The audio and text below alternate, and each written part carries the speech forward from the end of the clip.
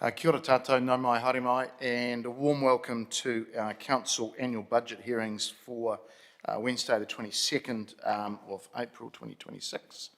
A warm welcome to those in the gallery and online, and we will be carrying on through till tomorrow the 23rd of April as well. Before we get started, I'd ask Councillor Isabella if we could open with a karakia. Thank you. Morena tātou, me karakia. Tū taua mai I runga, tū taua mai I raro, tū taua mai I roto, tū taua mai I waho. Kia tau ai te mauri ora, ki te katoa, haumi e hui e tae ki kia ora. Thank you, Councillor. And just to explain to the public here, just a little bit of welcome and housekeeping. The meeting's been recorded, be live streamed on the Council's YouTube channel. In terms of health and safety and housekeeping there, unlike the event of an emergency on hearing the alarm, we will exit through the green signs and we will assemble down next to the clock tower in the square there to Renee. It's a non-smoking or vaping facility. Toilets are in the link span as you came in. Unlikely event of needing a defibrillator, that is down on the entrance foyer there next to customer services. Any incidents, please report them to our committee administration. Now for anybody that, if you could come forward, please just say your name clearly, and for those online, we have Councillor Bonnie-Kuru as well.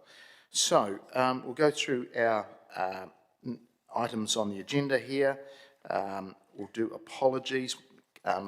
Colleagues, we're just going to do apologies for each session, so because there are people coming and going. So in terms of this morning session, which goes through till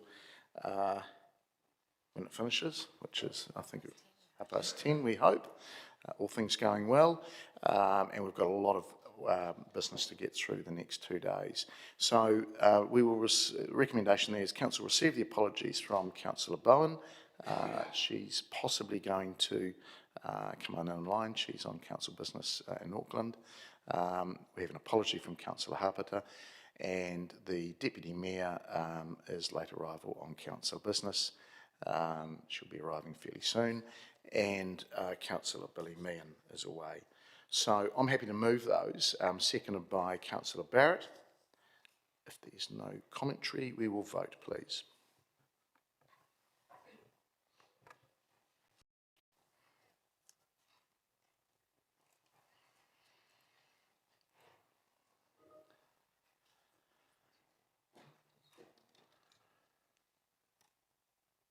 That has passed 12 votes for, none against. Thank you.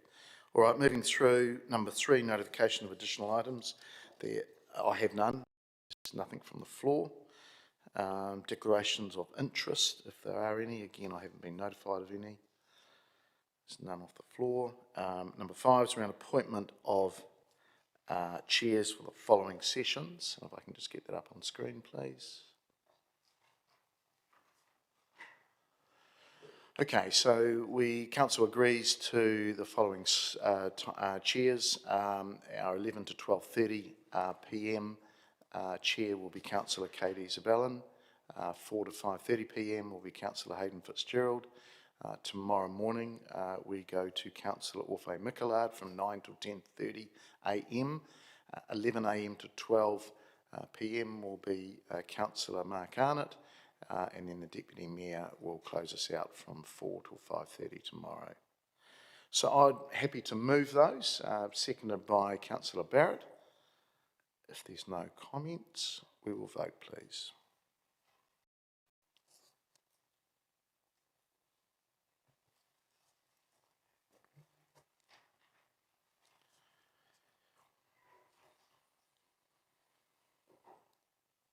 That's passed 12 votes for, none against. Thank you. All right, moving through number 6, which is extension of the meeting time. And to those in the gallery, we just have to go through this legislatively to make sure that we can legally meet. As extension of the meeting time, the council resolve as per the standing orders to extend the meeting until 6 p.m. on Thursday the 23rd of April 2026. I'm happy to move that. Second by Councillor Barrett. Being no comments, we will vote, please.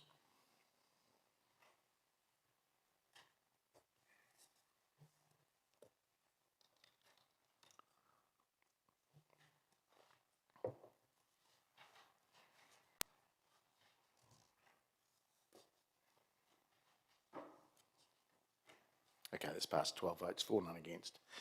Okay, we now come to the main item, which is around hearing submissions, and this is around the annual budget and also the planning and miscellaneous service fees and charges for the coming year.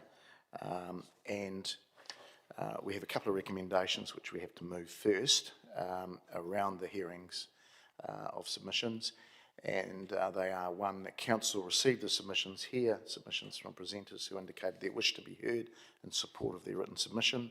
Two, that council note the procedure for hearing of submissions as described in the procedure sheet. I'm happy to move those. Seconded by Councillor Barrett. And if there are no other comments, we will vote, please.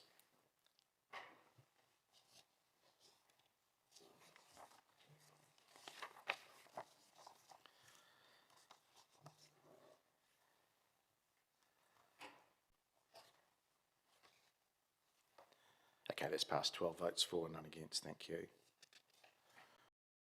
All right. We will now go to our first session, and we have our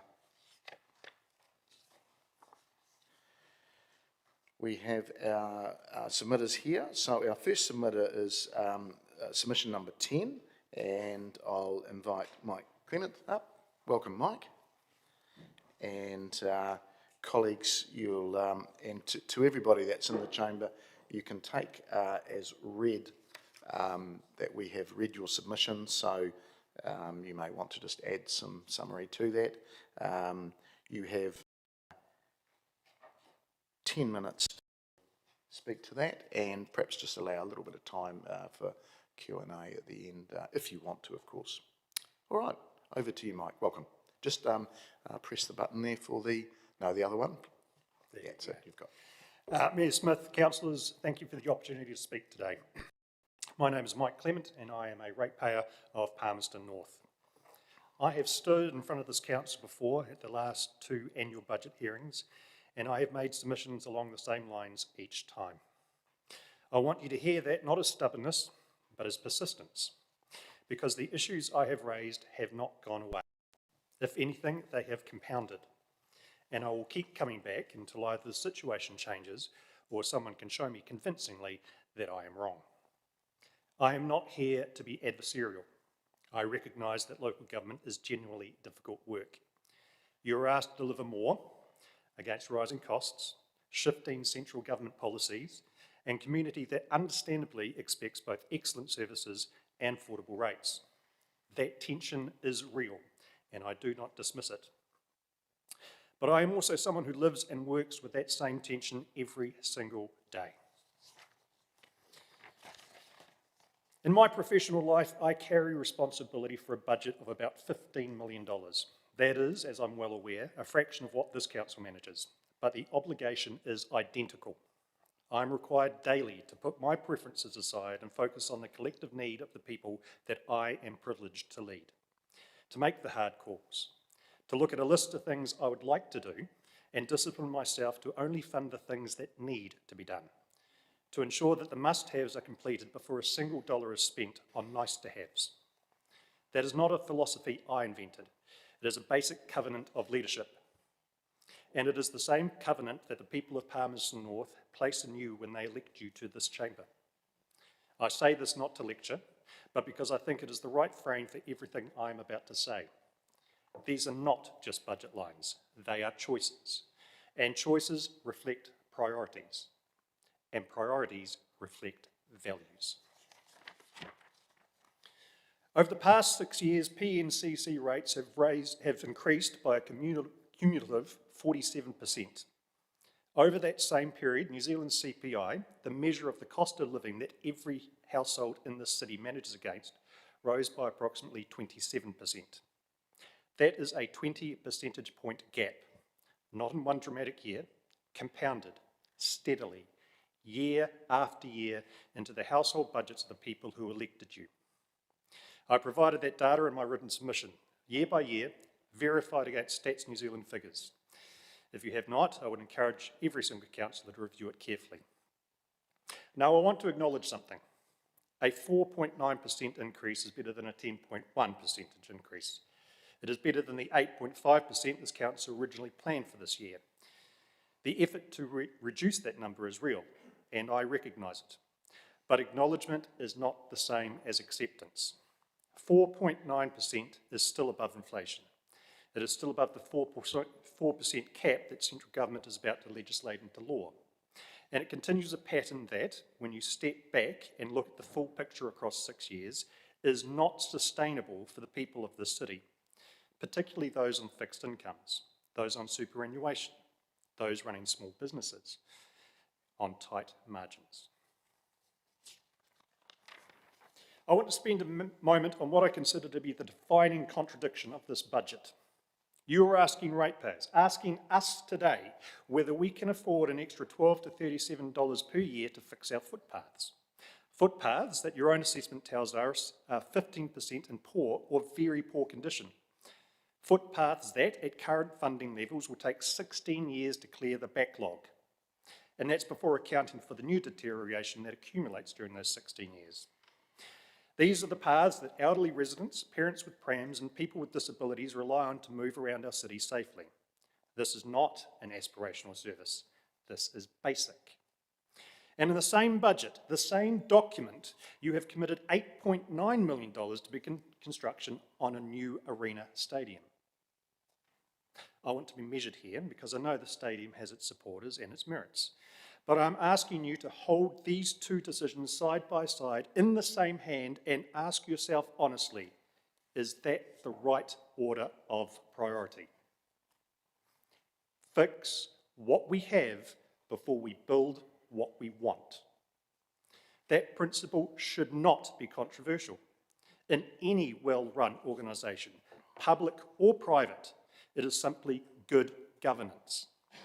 The additional footpath renewal funding should be found by redirecting existing discretionary capital, not by asking ratepayers to reach further into their pockets on top of an already above inflation increase.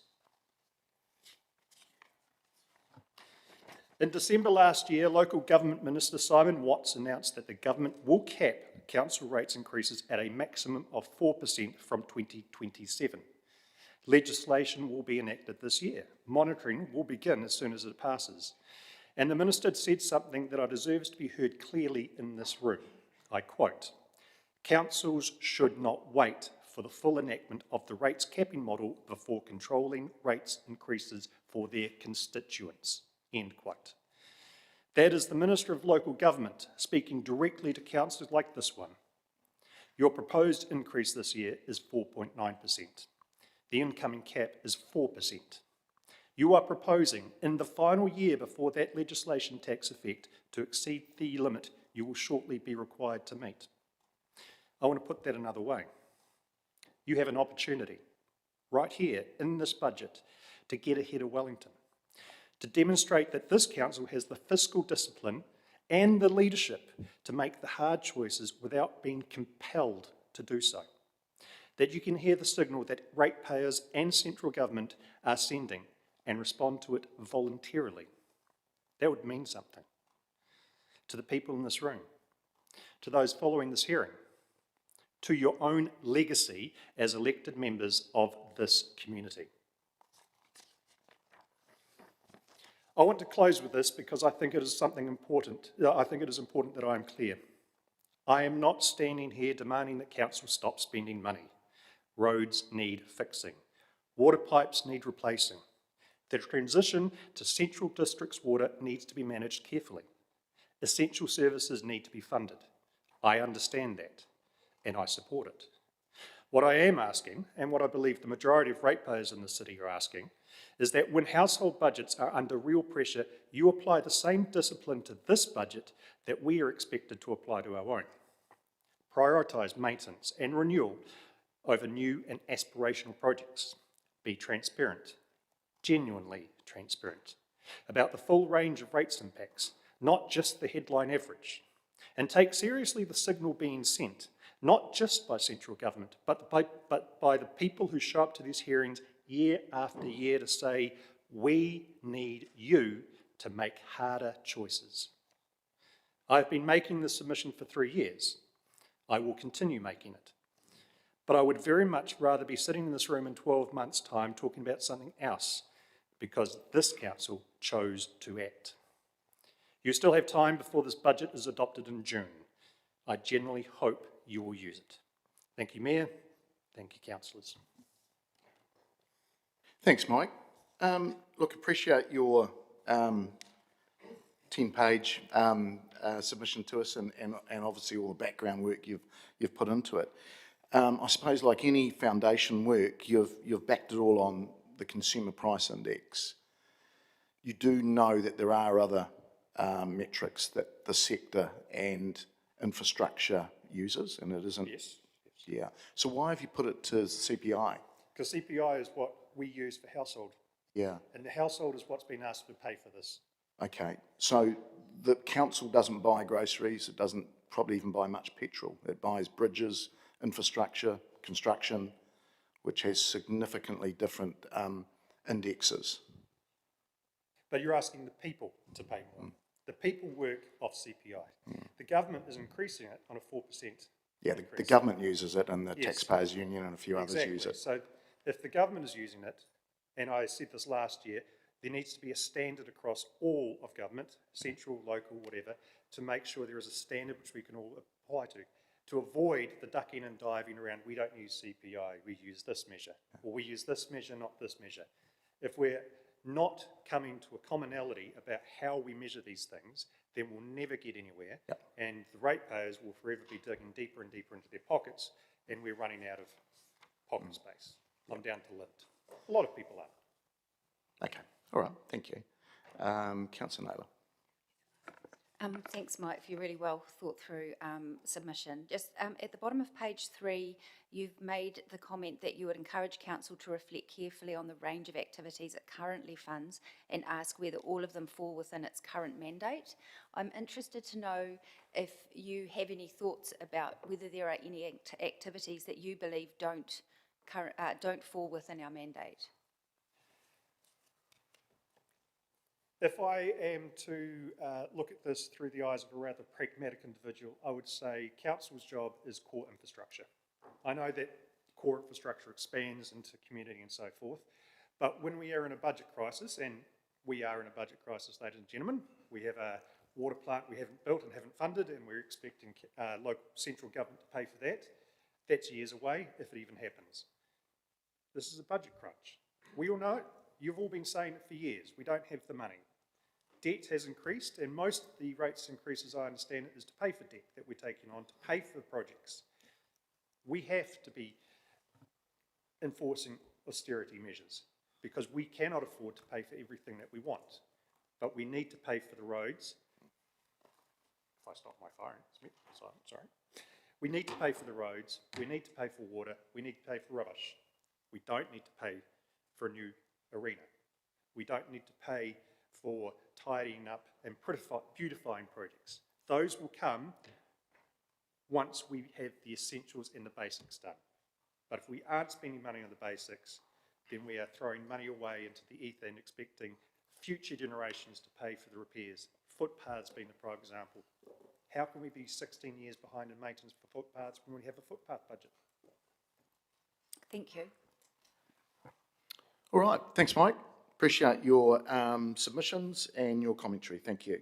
All right, we'll go to our next submitter, 118, and that's Takaro AFC. And we've got Nitra Gumari. Come forward, thank you.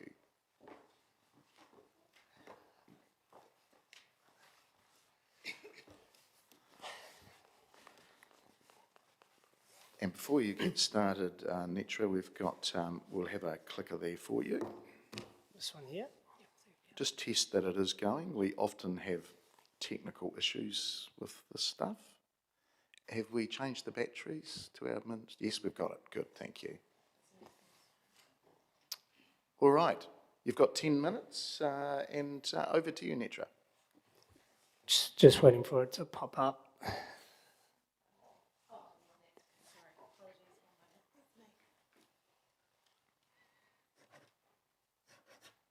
Cool, thank you.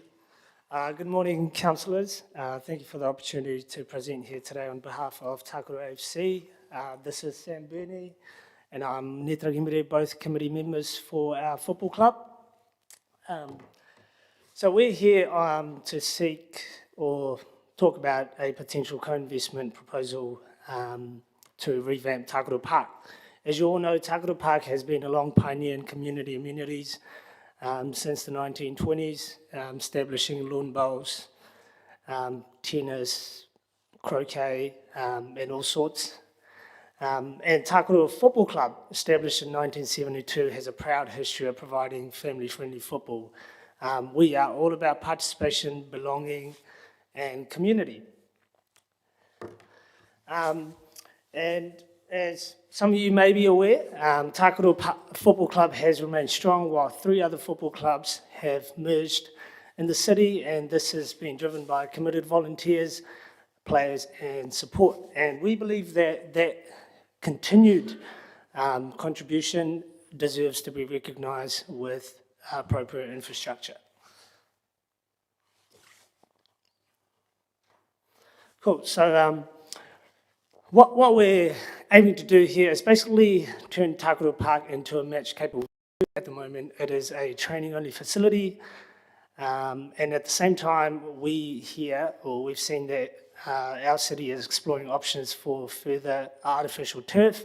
So we want to position Takaro Park as an ideal location for future turf development and upgrade the park to a match-capable venue. And we are proposing to do this through a co-investment partnership, and we recognise that, you know, with increase in rates and increase in price of everything, we don't want to put everything onto the council, and we are willing to do the work, volunteer labour, and find sponsorships to drive this.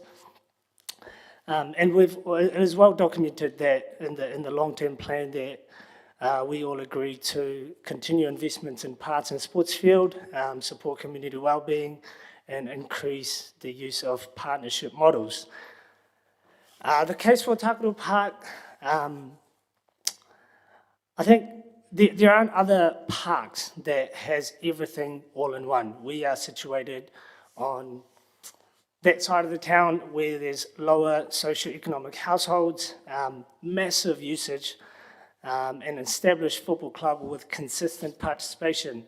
Just to give you some numbers, we have gone from 250 users in 2021 to 480 users since 2024.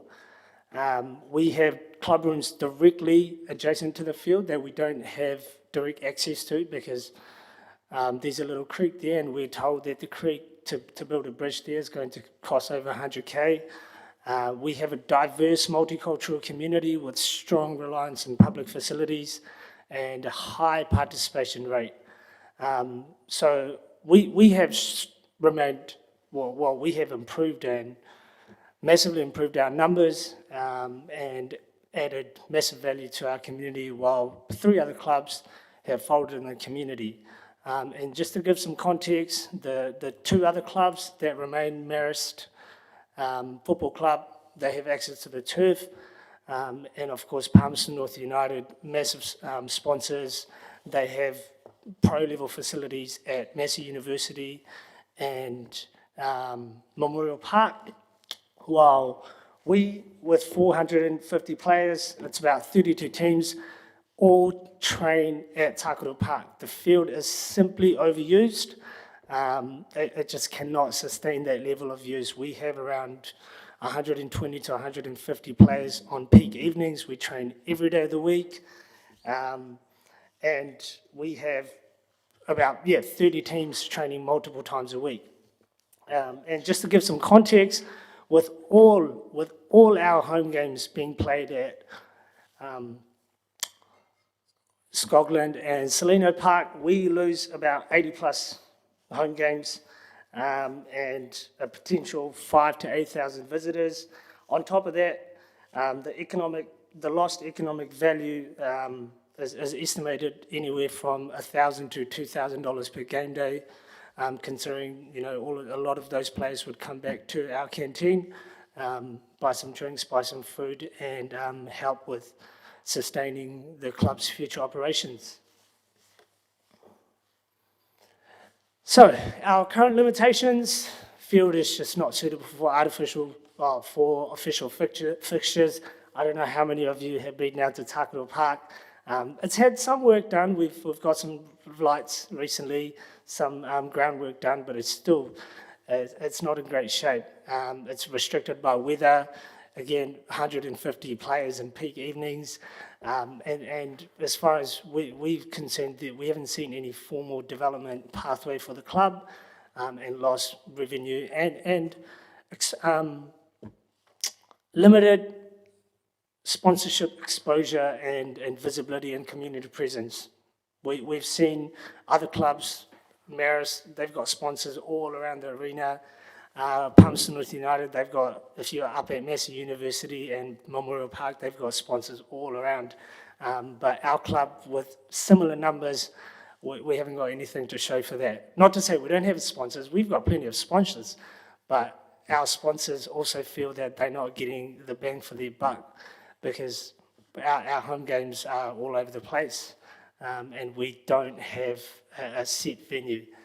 So what we see is a year-round use with artificial turf, including a facility for Aotapu College. Where I work, they've got 7 teams, so they've gone from strength to strength. They had 4 teams in 2024 to now 7 teams, and they all train and play on the same Aotapu field, and half the field is mud, and they would greatly benefit from this turf. We also have many other local football community groups that use Takaro Park, like Saturday morning sessions, and we now recently have ultimate frisbee and softball that all play on Takaro Park. So you can imagine how much beating that park gets, and how much the community would benefit from this turf in that side of the town. We want this to be a partnership. We want to lead community engagement and activation. We're happy to fundraise, acquire sponsorships, and support programming such as six-a-side football and other competitions. If you've been down to the arena on Tuesday, Wednesdays during summer soccer, that place is outgrown. That field gets a beating. Quite frankly, I don't think that the grass field is even suitable to play in during the summer. And we're happy. We've got 300 strong senior players, and we have players with the will and the skill to help with labour and technical aspects of the job. And we want the council to lead capital delivery and planning, the drainage, all those other things, and integrate Takaro Park into the long-term sports field and planning infrastructure. In conclusion, we're a high-use field with low return. We can't host games, we lose revenue, we limit visibility, and we have no pathway forward. With turf, this becomes a fully functioning year-round facility. We have close to 500 members, 50 volunteers, committee members, and plenty of other, community supporters who all want to see this club thrive. But we need your help to make sure that we don't merge and fold just like the 3 other clubs in the city. Thanks so much. Councillor Johnson.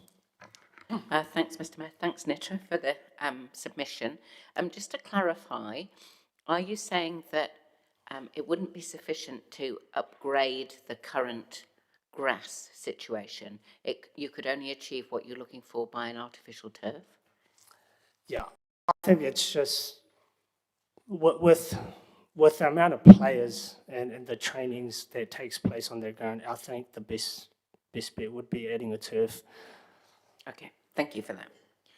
Along the same lines, Netra, because I mean, you've probably just heard the previous submitter, who was probably in the opposite direction to where you're going. Would a staged approach be something that the club might be interested in? Like Councillor Johnson said, you know, if it went to a grass turf to start with, and then with a plan that was led or certainly contributed to strongly from Takaro to an artificial turf over time. But, you know, that would start to get you on the journey. At least you could host some home games. Would that be viable? 100%. Okay. All right. Well, thank you. Thanks very much Thanks for so your much. submission and commentary, yeah. Okay, next submission, number 158, Environment Network Manawatu. Jean and I, thank you.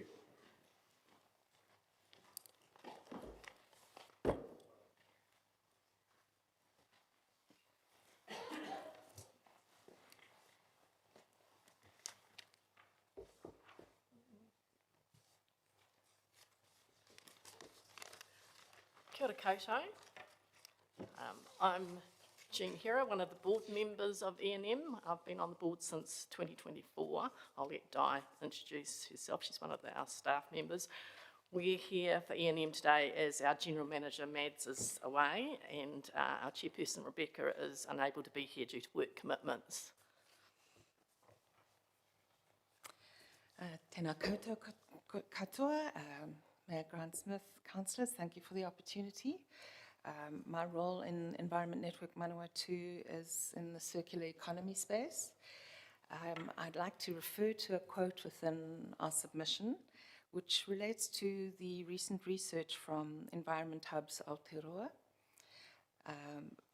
which is their recently published research on community is climate resilience, lessons from Cyclone Gabriel and the Auckland anniversary floods. And the quote, when formal systems were overwhelmed during the Auckland anniversary floods and Cyclone Gabriel, community steps in first. Neighbours became first responders, marae opened immediately, local organisations coordinated food, supplies, welfare checks and communication. This isn't accidental, it's because resilience lives in relationships. I mention that because at the heart of our mahi is working with volunteers and community organisations. I'd like to refer to a quote by Marvin Weisberg, which says, it's not about what's wrong and fix it, it's about what's possible and cares.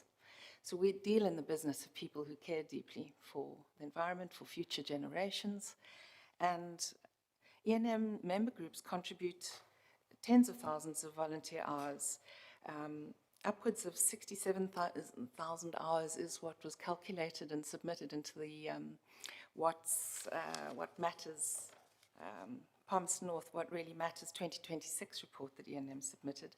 We get to that by looking at E&M volunteers contribute 2,000 hours annually, an estimate of our 65 member groups, the volunteer input of 1,000 hours on average per year, a total collective estimate of 67,000 hours and a conservative treasury multiplier of $28 an hour. That represents 1.9 million of unpaid labour each year. So this is to do with looking at a continued partnership with the environment sector as one of the most cost-effective strategies available to council, delivering high-impact outcomes at a fraction of the cost of direct provision in relation to the current scenarios around unfolding weather events. We see this as one part of the picture.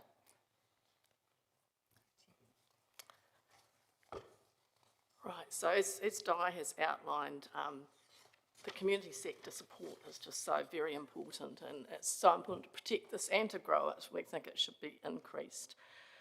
We want to commend, the work that council's already done. We have, worked so well with community, and also commend council on the great work they're doing with mana whenua, with rangitane, who are so important also, key to our city. The other area we have advocated increasing spending to is climate action and sustainability, which is currently only 0.94% of rate spending. This is so important for a future-focused, sustainable and resilient city. Investment in and support for renewable energy is key, and we're becoming increasingly aware that this is not just a matter of climate action and sustainability, but also a very sound financial investment strategy and a safety strategy. We are strong supporters of infrastructure for public and active transport and concerned to see the reduced spending in certain areas of this. We're very keen to see council continue to work hard on biodiversity protection, and that's not just about looking after biodiversity and green spaces, but it's also so good for water absorption and urban heat mitigation. So yeah, it's so important to see that everything is connected. So we'll just keep it short. We thought we'd allow time for questions. Thank you for this opportunity to come and speak to our submission. Thank you, Jean. Thank you, Di. Councillor Naylor. Thank you both for your submission. On page 4 of your submission, under the section supporting low-income households and reducing vulnerability, you've talked about a city that prioritises its most vulnerable residents become safer and more resilient. In light of that, do you have a view about rates affordability for those more vulnerable in our community? It's certainly important to manage rates so that the increases aren't too high. But on the other side, spending often protects those communities, so it's a whole area of balance. I mean, some of the big ticket items, I mean, the arena was mentioned. We would think other things are far more important than that specifically. But yeah, you can't be simplistic about it. Okay, thank you. Councillor Isabella. Thank you. You sort of talked a little bit about a bang for buck, I guess, that when we put in a comparatively small amount of money, we get a significant return on that in terms of delivery and what volunteers contribute. I wondered if you could explain a little bit more about what kind of output we're seeing from that significant amount of volunteer hours. We have 65 member groups, and they deliver in different areas around biodiversity, climate resilience, circular economy, and food sovereignty. And there are different projects and programs that cater to seeing to around the Manawatu River catchment area. We also administered the EIF fund, of course, so that also sees to the reach of a wider community than Palmerston North City itself. All of the projects relate to the 4PO. I don't know if you want to add. Well, I'm involved with the funding. I'm a board representative on the Environment Initiative Fund. And I guess one example would be all the development of community gardens, which are helping to feed families. For example, there's quite a few different Pacifica ones that I've seen established. So they're all in different parts of the city, and just, to me that is kind of like infrastructure. It's not the usual sort of infrastructure, but it's actually creating community good, that's actually really providing for low income, especially communities, and also helping to bring communities together and to learn skills that, they also then take them home, and if they've got land they can use at home, they're learning about how to grow their own kai. So if I understand that, it's sort of more than what council could achieve if we undertook to deliver it ourselves, and kind of cheaper and I guess more targeted based on what you just said. Yeah, well, it's pretty much all volunteer hours. We're not putting much money into paid workers at all. Sometimes they need something to come in and clear a space and things like that, but it's all to do with volunteer work. And also that's the financial measure. There's the relational measure, which is not so easy to quantify, but which when it comes to community resilience is, also very much at the heart of where the benefit lies. Thank you very much. Thank you. Councillor Johnson. Thanks, Mr Mayor. Thanks, Jean and Di. You drew our attention to the small spend currently on climate resilience. Is there a particular area that you think we should be focusing on? I see in point 5 that you've said think about exposure to flooding and infrastructure failure, but are you thinking more in terms of changes that we might make to infrastructure that would make it more resilient in the face of climate change, or is there some other thing that you've got in mind when you're talking about climate resilience? Well, I think we're learning all the time, aren't we? So, really a good team on staff is really important, and working with community is really important. And a lot of our groups that we're funding and supporting are doing work to do with climate. Planting is so important. Okay, thank you. All right.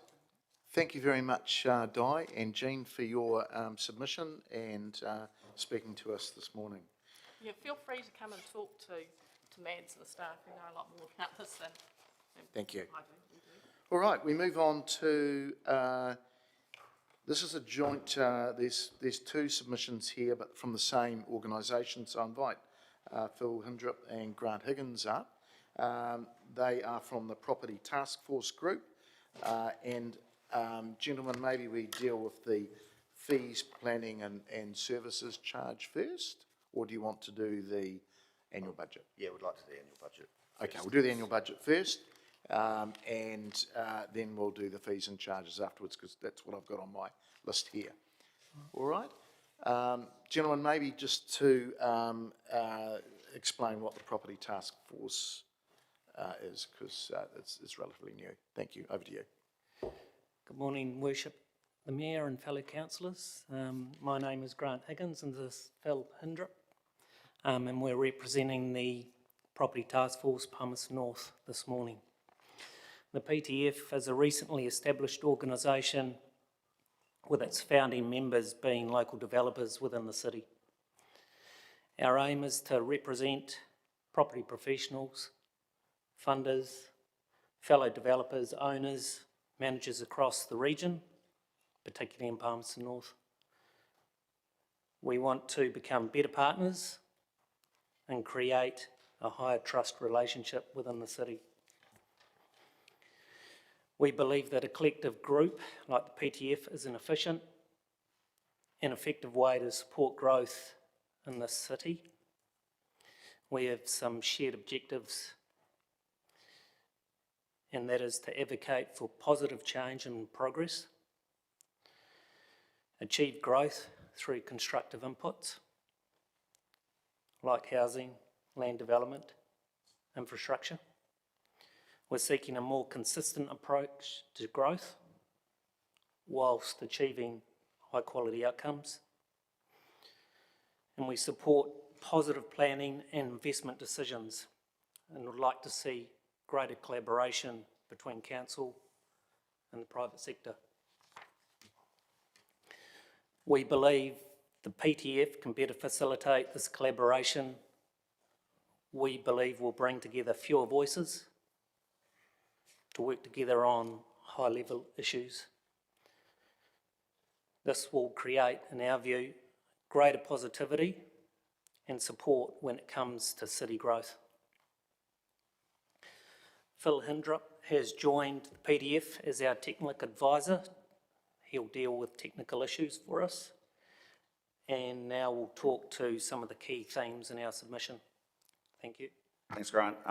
Morning, Your Worship, councillors and staff and other submitters. So just further to what Grant said, so I just really wanted to take the submission as read. I don't know if you've got it in front of you, but there's a few points that we just sort of spoke to in terms of the programs specifically in the consultation document. So PTF supports further investment into arena development, Manawatu. Also supports the transport infrastructure upgrades needed at Kiki Whenua growth area. So that's including there's 30 sections been approved there already sort of seeking another 270 are proposed. So any growth in terms of infrastructure improvements will be supported. Just want to note that we have submitted onto to NZTA for the speed reduction work, so I can confirm that. Also, PTF supports further investment into the Kautiri stormwater upgrade, so understand that Plan Change G is still in court, but we do think that further work needs to be undertaken there to continue on.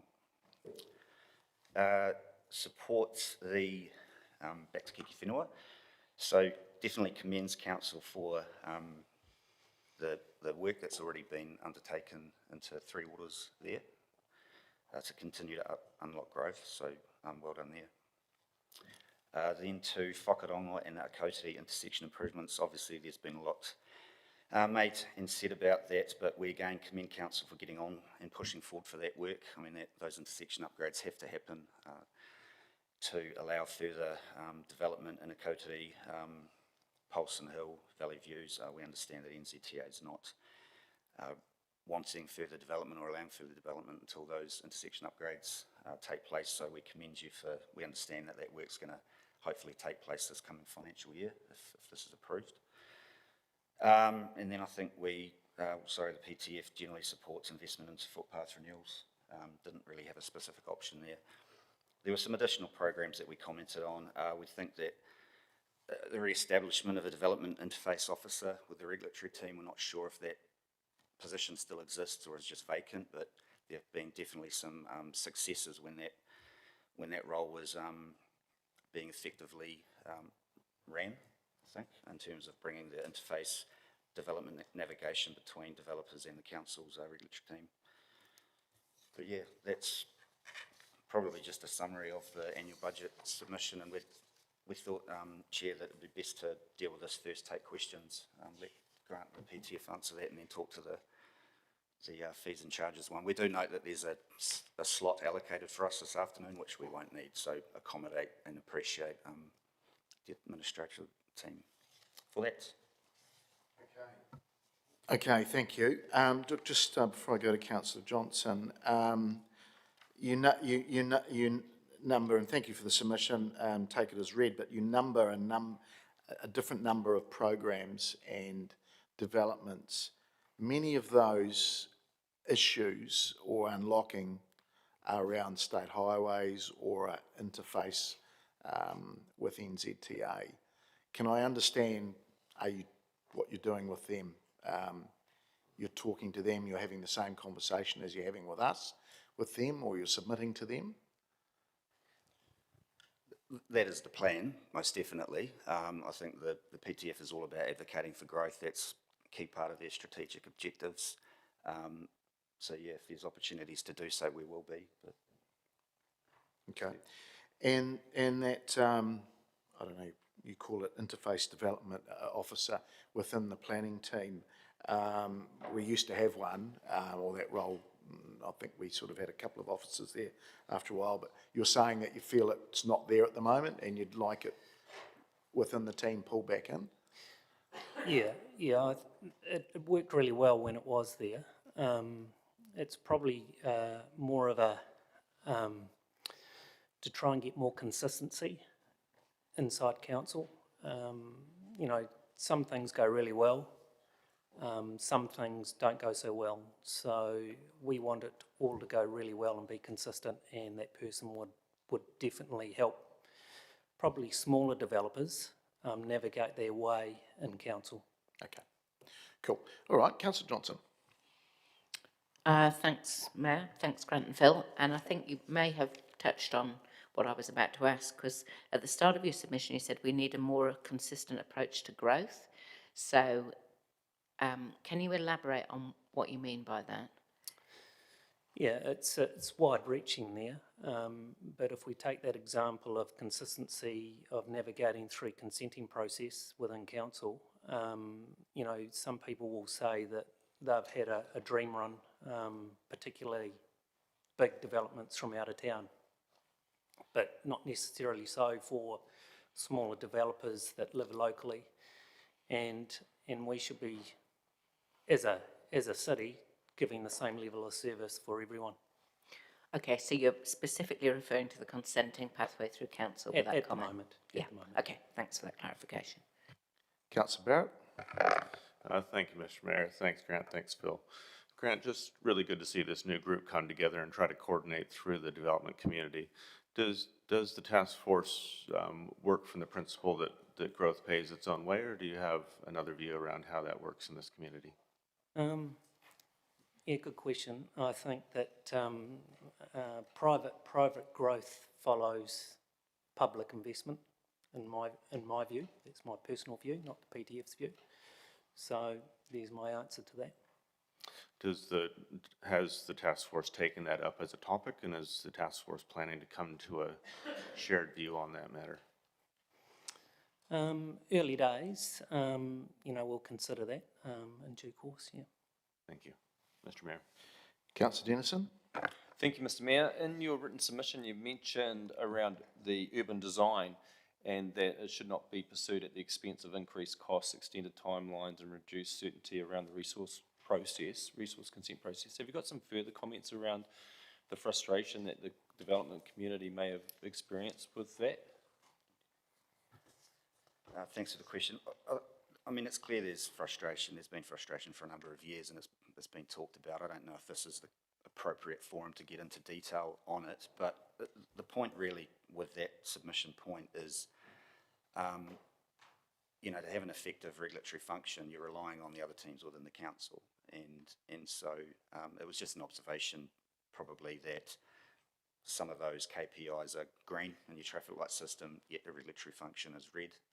And I was just trying to make the point that they should be looked at more holistically, rather than the regulatory team always being the one that gets the hard questions here in terms of timeframes and costs and that. Okay, thank you. Thank you, Mr. Mayor. Councillor Naylor? Thank you both. Just in answer to Councillor Barrett's question, when you mentioned private growth follows public investment, how do you envision that is possible in a rates-constrained environment? Well, collaboration helps. So if we are more collaborative and the public or the council understands what private intend to do, then that follows. I'm going to point in an example here. Let's look at the rail hub, the freight hub. So that is a public investment that council, I understand, has some involvement in. But if that were to happen, then there would be significant investment in behind it from privateers. Okay, thank you. All right, thank you. That's that part of your submission done. So we're now into the second part, which is swapping subjects altogether, although it is connected to budgets. This is around the fees and charges. Over to you, Phil. Thank you, Mr. Mayor. Look, very briefly, the PTF really just does support sustainable and efficient growth, as you've heard. The PTF aims to become better partners in the planning structure and with our, regulatory partners to increase the understanding of and working together in a stronger and building higher trust relationships. The PTF supports Council's intent to improve transparency and consistency in fees. However, as outlined in our submission, we do not consider the fee structure yet achieves that intent. In particular, the level of fees appears to exceed typical actual costs, reduces the ability to review or challenge charges. You cannot object to a fixed fee. Discourages and potentially discourages early engagement, such as through the $1,000 pre-application fee, and has the potential to act as a barrier to development. So I guess if you're quoting people about potential development and you have to say that it's going to cost some of these figures, that it might end there. So the PTF's core position is simple. Fees should reflect the actual and reasonable costs of an efficient regulatory system, consistent with the RMA and which supports good development outcomes. In the PTF's view, the schedule does not yet fully achieve this. Finally, we just wish to acknowledge and support other submitters on this matter, particularly Resident and GeoWorks. I understand Resident's talking tomorrow, who have provided robust analysis and some quite helpful comparisons with other councils. I don't know if GeoWorks is speaking, but they've prepared a spreadsheet in their submission which compares a number of other councils' fees. So I'd implore you to sort of have a look at that and take that on board. There's some good, we think, perspectives in there. And that's really it. Happy to take questions. Thank you. I'll go to Councillor Barrett. Thanks, Phil, appreciate that. Just since you did raise GeoWorks analysis in their table, the table has two different comparator sets. One is neighbors, and one is comparable cities in terms of size and scale within the nation. Which of those two would the task force see as the more relevant comparator? I would think neighbours. I think comparing the size of Palmerston North with, I don't know what's the next biggest city, is it Tauranga? I think there's different political context, geographical context, obviously. So, yeah, that would be my recommendation. But I just think it's a comparison against probably the business, the unit operating as a business, doing a comparison against a council of a similar size business unit, perhaps. Sorry, so it sounds like I got almost two answers there, but I might not have been listening closely enough. So you're talking about sort of similar sized councils being a reasonable comparator? Apples with apples, I think. That's what I'm trying to say. Which would be more similar sized councils and less neighbours then, because we are a bit different from Tauranga District? I see your point. I guess I'm saying it's not really just one thing. But I think there's an ability to do a comparison against business units who have a similar sized regulatory function. So, yeah. Thanks. Just briefly too, there's this point around having some free access before the money actually goes on the clock. Can you help us understand the value proposition of gifting some officer time to that? Oh, absolutely. I think it's very important to be able to engage with the council staff when you've got draft applications or proposals, to understand their views, get some direction. And it does work effectively in other councils, but I think, without being too critical of staff, I think it's just become a bit of a barrier there to be able to just easily access that. There is the $1,000 per meeting, but that's quite officious, and I don't think that every proposal should be going there at all. Should be able to just walk in the door. Sorry, did you say quite vicious? Officious. Officious. Yeah, I think we should be able to just come in and have a conversation with a proposal, and it shouldn't cost anyone anything. And you're literally saying half an hour is good, like? Yep. Yeah. Okay. Yep. Great. Thank you, Mr. Mayor. So just following on from that, so effectively your submission, you're asking for a hold on what we're doing in terms of raising fees because of some of the evidence that you've put in front of us. Is that right? The evidence is from GeoWorks, but yeah, but the yes, sector yes, in evidence. short, yes. We, okay. I guess our position is that they are not reasonable. Some of the fees that have been put in front of us are not reasonable and don't meet the intent of the Act. Okay, so how does the council then look at itself in the mirror? Are you sort of saying there should be some more efficiency within the system? Is that correct? Okay. Right, Councillor Wood. Thank you, Mr. Mayor. Thank you, Phil and Grant. The way that these increases to our fixed fees were pitched to us in the chamber was that if the cost comes out lower than 12,000, say for a subdivision, that's perfectly fine. That's what will be on charge to the person. But the issue you're raising isn't necessarily that. You're raising that a developer wouldn't be able to challenge a fee if it came in under that $12,000 mark. Is that what you're saying? Yes, it is. If it's a fixed fee, using the terminology under the Act, there is actually no statutory ability to object. And so you're relying, I suppose, on goodwill might not be the right word, but you're relying on, I suppose, just if the fees come in at, say, $4,000, that is going to be, I don't know, that's what you're going to be invoiced or refunded if you've had to pay more up front. There's just no transparent process of how that will happen. and in my experience, I think that would actually probably be more administratively busy than just, here's our fixed fee starting at $6,000. I'm using the $12,000 example, by the way. Here's your fixed fee, and you have the ability to charge additional costs. You've always had that ability, you will not lose that ability, and I guess that is able to be scrutinised more closely by applicants. Appreciate that. So just to be very clear, if somebody came in and wanted to do a two-lot subdivision and council charged them $11,999, they would have no recourse for challenging that, given it's under the $12,000 fixed fee, even though I'm sure we'd all agree that would be unreasonable. Yes. All right, appreciate that, Mr. Mayor. Councillor Naylor. Thank you both. Just following on similar lines, you've mentioned that fees should reflect actual and reasonable costs. My understanding when officers presented this to us was that those costs include organisational overheads, which is the cost of running an organisation, and those are included in there. It's not just literally the officer time. Do you believe those overheads should be included as a part of those costs? What? No. No. Okay, thanks. So just final question.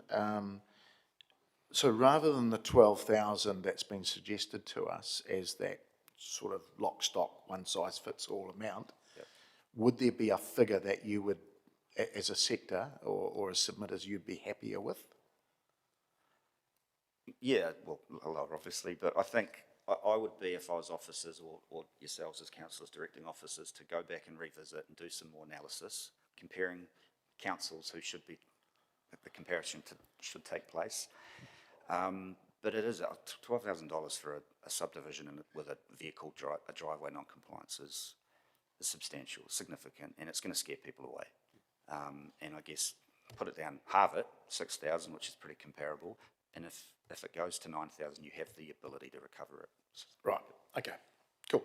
All right, well, thank you. I appreciate your two submissions there from the Property Task Force. Thank you, Grant. Thank you, Phil. We now have submitter 152, Peter Crawford. Sorry, 192. Peter Crawford. Peter's, welcome back, Peter, in a different setting. Thank you. Yes, good morning, Your Worship and councillors. Thank you for the opportunity to speak. I'm speaking in my role with an organisation, Crown Financial Ministries. We offer a range of financial courses that are mostly delivered through churches. It was a very brief online submission, and so I thought it was important to come and talk about it in person. So my proposal is to introduce a daily parking charge for the blocks around the outside of the CBD. If you look at during the day, those streets are very packed with cars, probably about 2,000 cars at most during the day that park there all day with no cost. I think about $5 a day is a good starting point. And if the increase in parking revenue is used to offset some of the rates increase, overall households aren't facing any increase in cost. It's just redistributing the revenue to encourage some change in behaviour. Why am I proposing this? I've been running financial courses for 25 years now, and initially I was really shocked at how many people had borrowed to buy a car. And often justified it because they had got a top-up loan to their bank or a personal loan, and that was much cheaper than car finance. And no one that did the course knew what it was costing them. And when I run financial seminars, I often ask people what they think the biggest car annual costs are for running cars, and owning cars, and petrol and tyres are always the two common suggestions. And no one actually thinks about the cost of depreciation and the interest cost that it's actually costing them each year. And while I was working at council, I did some estimates for Horizons Regional Council to help encourage public transport. And the estimate I came up with for a 10-year-old car, because most of the car cost estimates are for new cars, and so I wanted to do one for second-hand cars, and so I based it on a 10-year car. ECA estimates cars last about 21 years, so that's sort of the halfway point. And the annual ownership cost, or the fixed cost, is about $2,700 for a small car to around $4,700 for a large car. So there is a significant benefit for households if we're able to convince them that they don't actually need so many cars. And Massey, when they introduced the free bus scheme, to finance that, they introduced their parking charges and surveyed students and staff over time. Now, students were very quick to respond to the incentive to catch the bus. Staff took much longer to adjust and over time think, why am I driving to work and paying for parking when I could just go there on a bus or bike or walk? And so I just think a lot of people make decisions without really thinking, and a daily parking charge will help to encourage people's behaviour to think about why they're doing what they did. In 2011, when I was working at council, I was asked to prepare a public transport position statement, and we were able to do a survey using the council's email panel. And one of the questions we asked for those who drove to work, how much they were paying for parking, and 85% of people said they paid nothing. We also asked why people weren't using the bus, and there were some good reasons. Some people said it's quicker for me to walk than to catch a bus. And we are a compact city. Some people were dropping off children at daycare, and so it wasn't convenient, particularly because the buses were less frequent then. Other people just replied, I have a car. And so really didn't understand. If you look at the latest census data, if you exclude people who work from home, 90% of residents in Palmerston North drove a car. And for children between 5 and 14, 70% were driven to school. And so, yeah, I just think charging for parking may upset people for a while, but it gives them a chance to think about what's actually better for their budget and also better for the environment. As a very brief overview, I wanted to give plenty of time to answer questions. Great, thank you, Peter. Councillor Barrett. Thanks, Peter. Appreciate your submission here. And it sounds like you've got quite a bit of experience thinking about this and working with people in the community facing these challenges. Have you done any work to understand kind of what a meaningful threshold is of parking pricing before you start to see a behavior change? Is that $5 grounded in some information, or is it something that you see as, how did you get to $5? It was just a guess that you don't want to make it too expensive. It's a good starting point and see what happens. Like, yeah, Massey started, I think, with 50 cents an hour. It's now $1 an hour. So just take time to see what works. And it needs to be something that's simple for people to pay. And now with number plate recognition, I think there's a lot of ways that people could, do that online and know that they can park there and not risk getting fined. Thanks. And thinking about this area, is this an all-day parking thing? What if somebody wants to come in for, say, half a day? I think you still pay the same. Otherwise, it gets far more complicated to record how long they've been staying. Right. Thanks. So just quick math on this looks like $5 times 2,000 cars times 5 days a week times, say, 50 weeks a year is $2.5 million revenue. Yeah.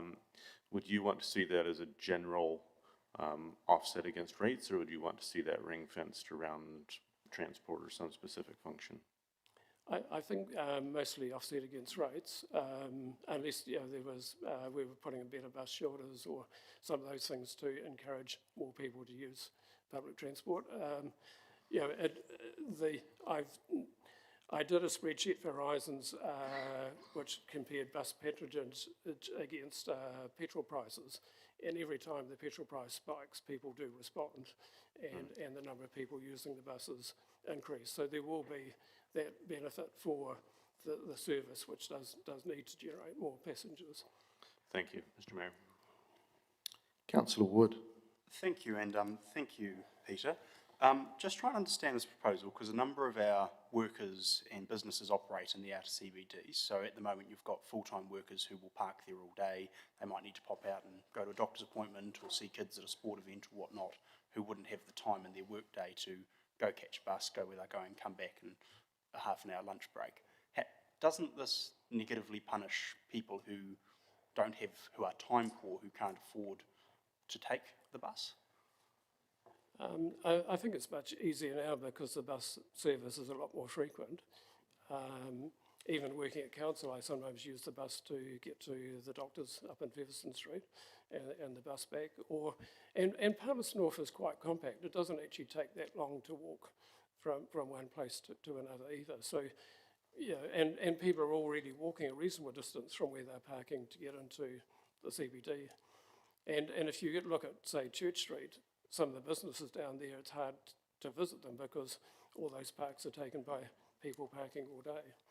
Okay. And the other area that often comes up when we talk about this is those with disabilities who have moved to Palmerston North for the express reason that they like being able to drive, park in front of a store, go where they're going, because they don't have the capacity to walk long distances from, say, a bus stop. Yeah. How would you see that intersecting with that section of our community? We already provide designated disability parks and could easily just widen that in that area. And not charge for if those you've ones. got the disability pass there, then you're not being charged for parking there. All right, Mr Mayor, thank you. Councillor Naylor. Thank you. Just one question. How wide out do you think that perimeter should be where people are charged? And would it just push it, would it mean that people would just park outside of that perimeter? Some people would, but I found the hospital experience quite interesting in terms of when they bought parking charges and the car park emptied quite quickly. But it didn't take long for people to go back and think, oh, this is more convenient, I'll pay, versus walking long distances. I think it's at least one block out, Featherston Street, College Street, West Street, out that far when you look at how many cars. Some people will park further out and walk, but they're just getting more exercise that way. Okay, thank you. All right, thank you, Peter. Appreciate your submission and coming here this morning to speak to us. All right, we move through to submission 302 and invite our Palmy BID friends up. So, Vern Wilson, Matthew Jeans, welcome.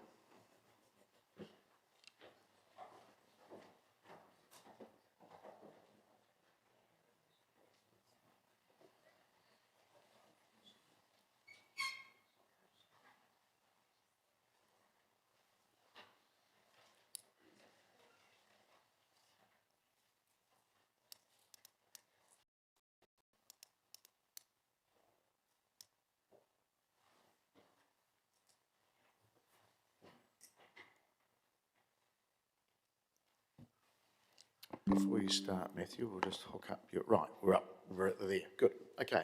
All yours. Thank you. Tēnā koutou katoa. Good morning, Mr Mayor, elected members, councillors and officers. My name's Matthew Jeans. I'm the GM of Palmy BID, and presenting with me today is Vern Wilson, our co-chair. Thank you for the opportunity to present. We represent the interests of stakeholders in the city centre, Palmy BID precinct as defined by our constitution and recognised by council. Our key purposes of Palmy BID include, amongst other things, to advocate and support the business community within the Palmy BID precinct, and to promote and encourage vibrancy and economic development, including attracting trade, visitors, residents and investment into the Palmy BID precinct.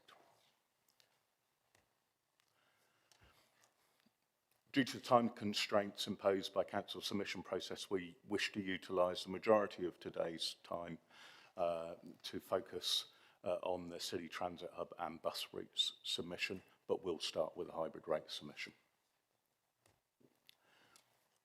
As submitted in previous years, Palmy BID is not supportive of council's hybrid rating system, as we believe it creates a substantial disincentive to development and will hinder the growth for our city. Creates a barrier to investment, development, redevelopment, improvement and capital improvement in the city. Undermines economic growth, prosperity and vibrancy that is otherwise improved with developments. Undermines safety and crime prevention, which are very much enhanced by smart new development and redevelopment throughout the implementation of crime prevention through environmental design. Given Council has proceeded with the hybrid rating system and, in our view, show no sign of considering reversing this decision, we urge, as submitted last year, that Council introduce a rates remission, or a rates holiday, incentive scheme for commercial and industrial property owners that meets investment and other qualifying criteria for new developments and significant redevelopment in the city centre. Such rate submission to be for a significant period, e.g., let's say 5 years. Such criteria to factor in levels of capital investment, job growth, safety and other community benefits. Avoid undermining economic growth, prosperity and vibrancy that otherwise benefits from developments and redevelopments. Palmy BID contends this subject is critical importance to the social and economic health and well-being of Palmerston and North City in regards to our submission around inner city transit hub and bus routes. Whilst this submission serves well the interests of all residents citywide, our submission is directly on behalf of stakeholders of the city centre as represented by Palmy BID. In addition to the important social, economic, reputational and safety issues impacted by the design and workings of the inner city bus system, our stakeholders' livelihoods are severely at risk if Council gets this wrong. We also want to make it crystal clear that we are fully supportive of the city having an excellent public transport and bus system. Excellent includes not severely adversely impacting key social and economic outcomes for the city centre. Out of a sense of heavy responsibility, the Palmy BID Committee unanimously decided in late 2025 to engage the specialist services of Barker and Associates to obtain expert knowledge and advice as to what is the right solution for the inner city elements of our public transport bus system. To either allay our concerns by confirming Council's direction was in fact sound, or if not, to offer constructive alternatives. The latter is what we evidenced by the report that has been commissioned. Council began a process of what we describe as a limited form of consultation with sectors of the community, including Palmy BID in 2024, called the City Centre Indicative Bus Case Workshops, or CCIBC. This incomplete process mysteriously just faded away in June 2025. When Palmy BID inquired in December 2025 when the next workshop would be, we were told without explanation the workshops had been simply discontinued. Meanwhile, Council were taking significant actions, including extra capital expenditure on the roads, that would not be justified unless the transit hub location decision had been made and is staying where it is. Yet we continued, and still today continue, to be told no decision has yet to be made. When we met with the Mayor and relevant senior council officers on the 12th of March 2026, in good faith, with a presentation made by our expert senior representative of Barker and Associates, no mention was made to us that Council were planning to enter a lease for a passenger lounge in the new hotel. An action that again suggests Council have potentially made a current location permanent despite stating they have not.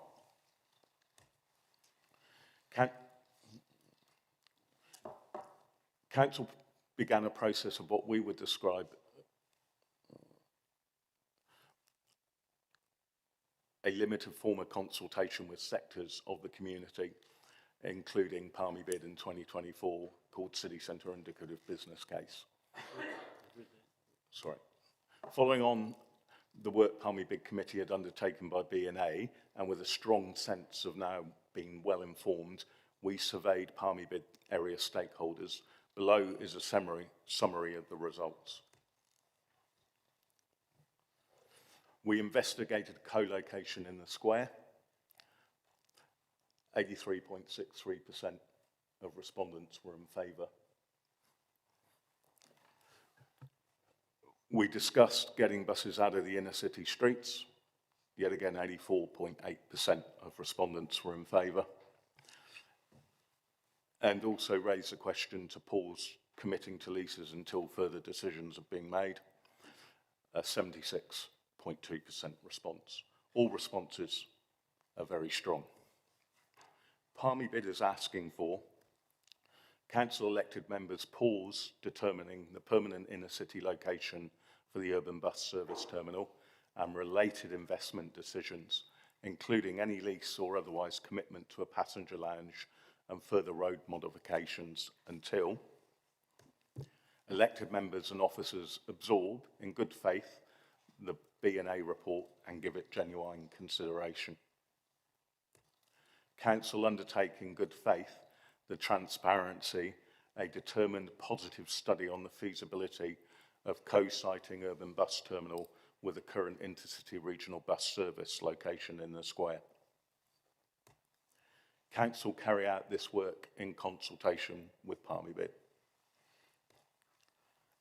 And Council work with Horizons to alter the bus routes used for urban buses entering and leaving the city centre to exclude use of the inner city road network and any other high performance related roadways to eliminate safety hazards and congestion.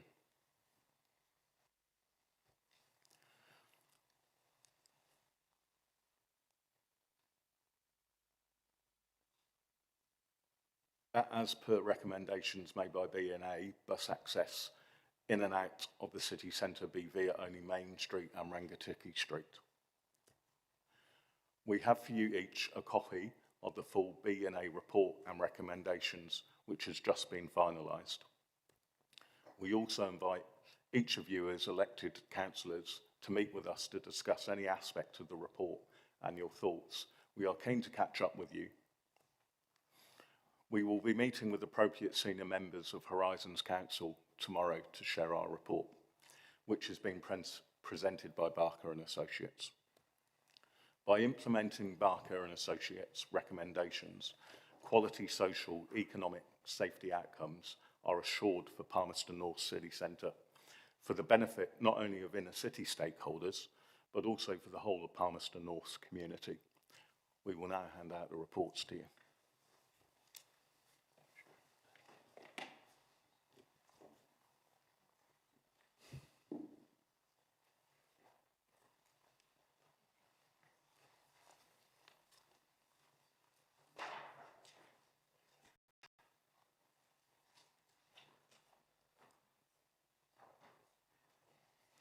Matthew, can I suggest you've got 22 seconds left that you leave that till later on? Otherwise, nobody can ask you even one question, and you've got about 10 questions here. So, unfortunately, I'll allow one question. Councillor Johnson. Thanks, Mr. Mayor, and thanks, Matthew. Just can you clarify, in point 3, you said that the submission was presented to us after canvassing and seeking feedback from business and property owners within the BID area. You've got 1,200 businesses. How many of them responded to your canvassing and seeking of feedback? So there's roughly 1,200 businesses. Retail, hospitality, landlords, developers. It went out to about 900. Right. Our response rate has been 15%. 15. So that is over the New Zealand national average for responses to surveys, which is between 5 and 10%. So 15% of the 900, to be clear? Yeah. Okay. And then your graph that you put up of the stakeholder survey, is that the same numbers or is that a different? Yeah, that's been put into percentages, basically. So, yeah. So those percentages were based on the 15% response from the 900. That's correct. Thank you. Yeah. All right, thank you, gentlemen, and appreciate your time to present to us and submission and other material which you've landed on councillors' desks. So we now go to submitter 304, which is the Manawatu Gym Sports, and invite Kim Fenn up, please.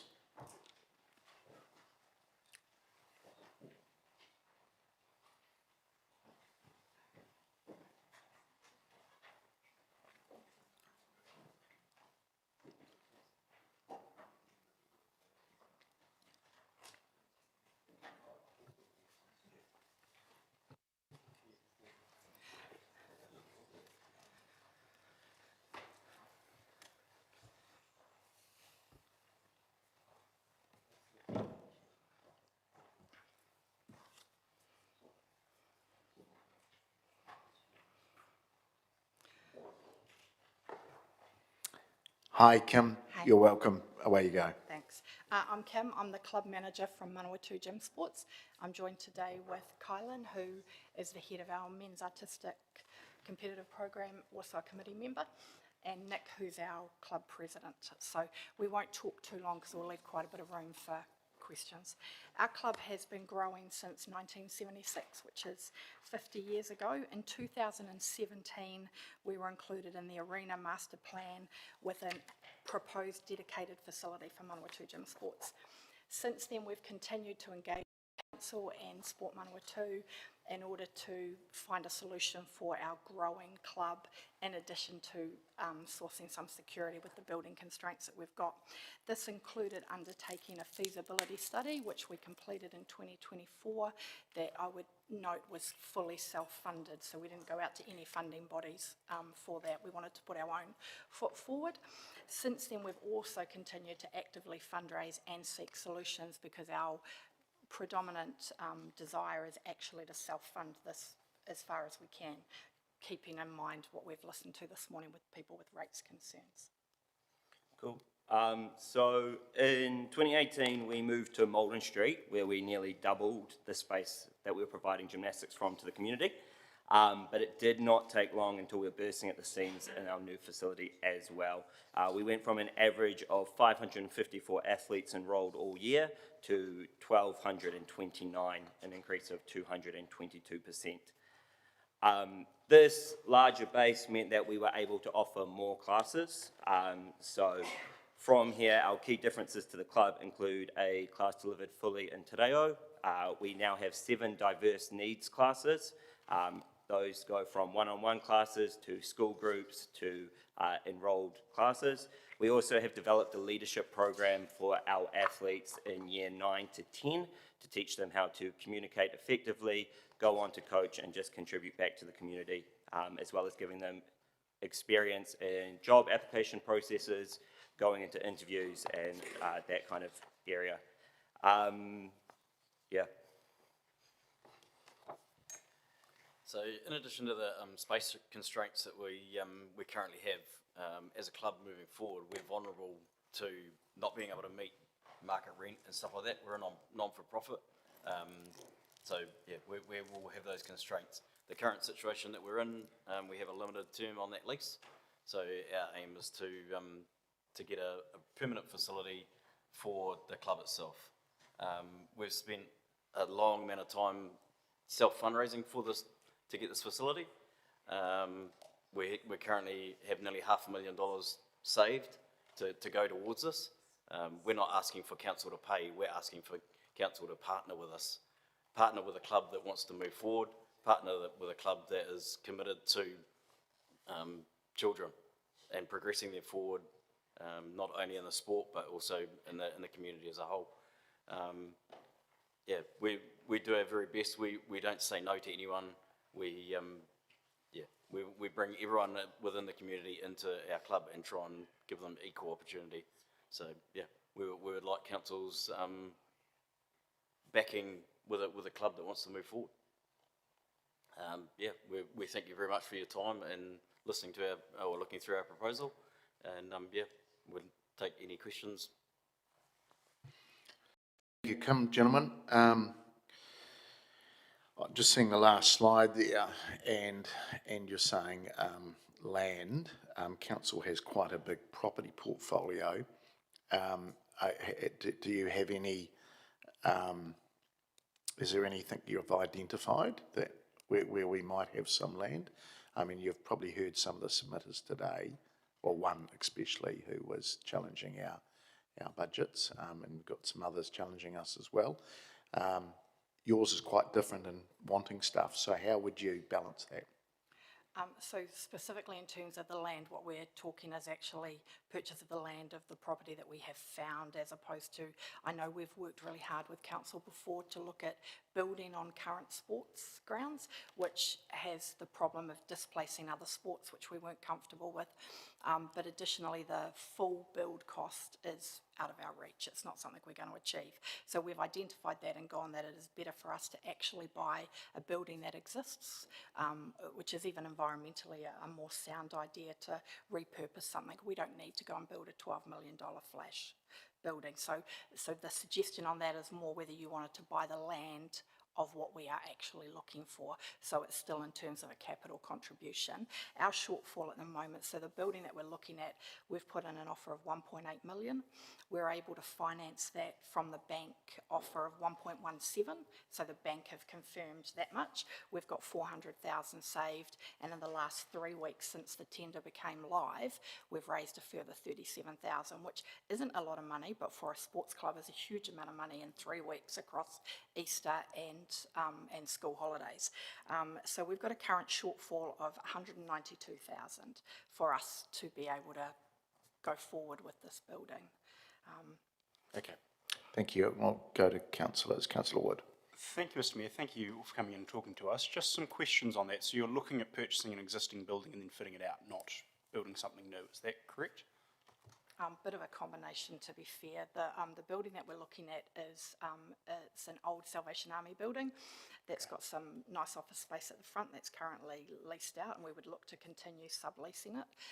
The back space is around 440 square metres, which would give us the ability to provide gymnastics. A lot of children now want smaller spaces for gymnastics, but it's quite a large piece of land, so the land value itself is kind of over the 2 million mark. We would look at building on the back, so we'd still be building, but a much lower spec building. We'd kind of be talking like a shed. So that would allow us to move from where we are, so which we're going to be outmarketed soon anyway. So the idea it would have the 2 spaces on it. It's quite a bit of future value. Okay, so how much, you've currently got 1,000 square metres, how much are you looking at acquiring or building? The land that we're looking at is just over 5,000. We'd be looking at building a 1,200 square building on the back and then continuing to use the building. So we wouldn't alter what was in the front, we'd just use it. It would just allow us to do a lot more in terms of our special needs classes and the children under 6 who don't want to be in massive spaces training. Okay, but believe it or not, with my lack of flexibility nowadays, I did gymnastics for many years over in fielding. I don't know if as Manawatu Gym Sports you partner with the fielding organisation, but they have a facility at Manfield. They certainly used to use it. I don't know if they still do, but do you do any spillover, or do you have any spillover capacity with them in fielding, or does it all need to be hosted here? So I used to run fielding gym, so right. I probably coached you when you were little. You poor woman. How good was he? Yeah, it's average. Probably stick to what you're doing now. She's not lying either. So we definitely work with fielding, and we have a lot of our members, so we've got over 1,200 members enrolled, and a lot of them come from fielding. We've got people who come from Taihape and Foxton and Dannyburg as well, so we definitely work with them. They've got a much smaller space over there. We've talked to them before to see whether they want to kind of join with us and create a bit of a regional. There is no appetite from them. There is 100% appetite from us. It doesn't actually make sense regionally to have the 2. They're also not drawing much in terms of capital costs from ratepayers over there, so it kind of works. Really appreciate that. Thank you, Mr Mayor. Councillor Finlay. Yeah, the building you're looking at, is it in Kelvin Grove? Yeah. And so all that land at the back, you're looking at building into that. Have you talked to any of the residents in that area, see what they thought about it? No, not yet. The building came up has only really come up this year. The tender, I think the tender went out about the 11th of March. It's been really quick, so we haven't. I know there is, we've looked at the, most of what's around it is industrial. There's one house next to us which is currently identified on council reports as subdivision. We can't get very close to that anyway. There's a 6.5 metre sewerage easement along the side of the building anyway, so we certainly can't get really close to them, to the residential side. And then the rest is all industrial. Does that answer? Is that what you're asking? Yeah, I do. Yeah, thank you. Councillor Arnott. Thank you, Mr Mayor. Thank you, team. How many squares are you working out of at the moment in Malden Street? 1,000. 1,000. Okay, thank you. All right, thank you, Kim. Thank you, gentlemen. Appreciate your submission and speaking to us today. Thank you. All right, colleagues, our last one before we break is submission 354. It's from JP McMartin, and he has asked officers for the statement just to be read. Thank you. Thank you, Mr Mayor. The submitter was unable to be here and has asked that I read this submission as a supplementary statement. Better support to the library through enhanced funding. This short submission is in support of more transparent and better funding for the library. Since retiring from full-time work 3 years ago, I have come to have an even better awareness and appreciation of all the services, knowledge lanes and community spirit that the library and its staff foster. Yet in that time, I have also detected that the library is under pressure. From page 59 of the draft annual budget, Program 188, City Library, All Sites, Replacement and Purchase of Library Materials. Here the budget proposes a decrease from 897,000 to 825,000. This drop of 72,000 or 8% represents a marked decrease in the library's ability to perform at the coalface. That is the ability to acquire a wide range of materials across the written, spoken and visual words. I am impressed by the library's efforts in this increasingly broad area, but fear that it is being slowly bled somewhat drier each year by an ongoing slow decrease in real funding. I would like to see such funding protected to ensure there is, at the very least, no cut in real funding terms. Thank you. All right. That is our submissions for this first session done.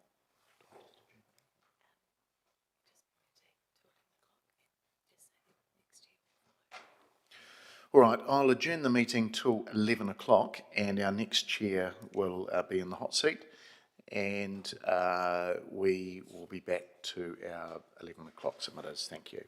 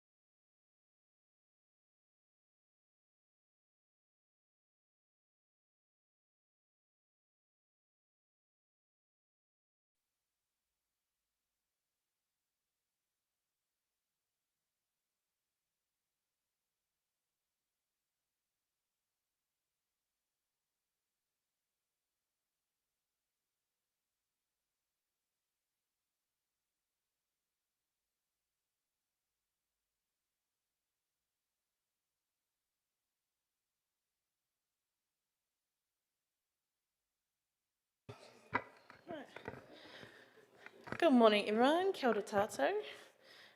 Welcome back and welcome for the first time submitters. We're in session 2 for the annual budget hearings. We've got 7 submitters to hear in this session. Just going to do a quick housekeeping because we've had people who've joined us. If there's an emergency, we will adjourn and then head out the emergency exits to our meeting place in the square. We've got bathrooms at the end of the link span, and I think there's a cup of tea on the way there as well if you need to hydrate or have sustenance. Before we get on to our submitters, we have some apologies to take, and we've got apologies this morning from Councillor Harpiter, Councillor Bowen, who's absent on council business, Councillor Meehan, and Councillor Kuru. So I'm happy to move those. Look to the Deputy Mayor to second, and we'll take that vote.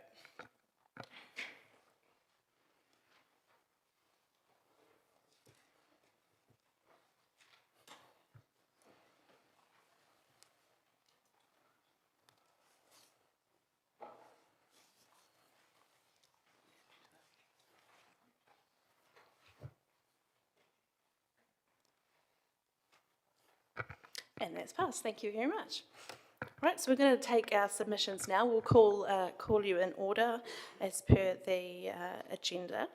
We'll ask you as submitters to come down and take a seat in front of us there. Press the microphone, which is the right-hand button, and you'll have 10 minutes to speak.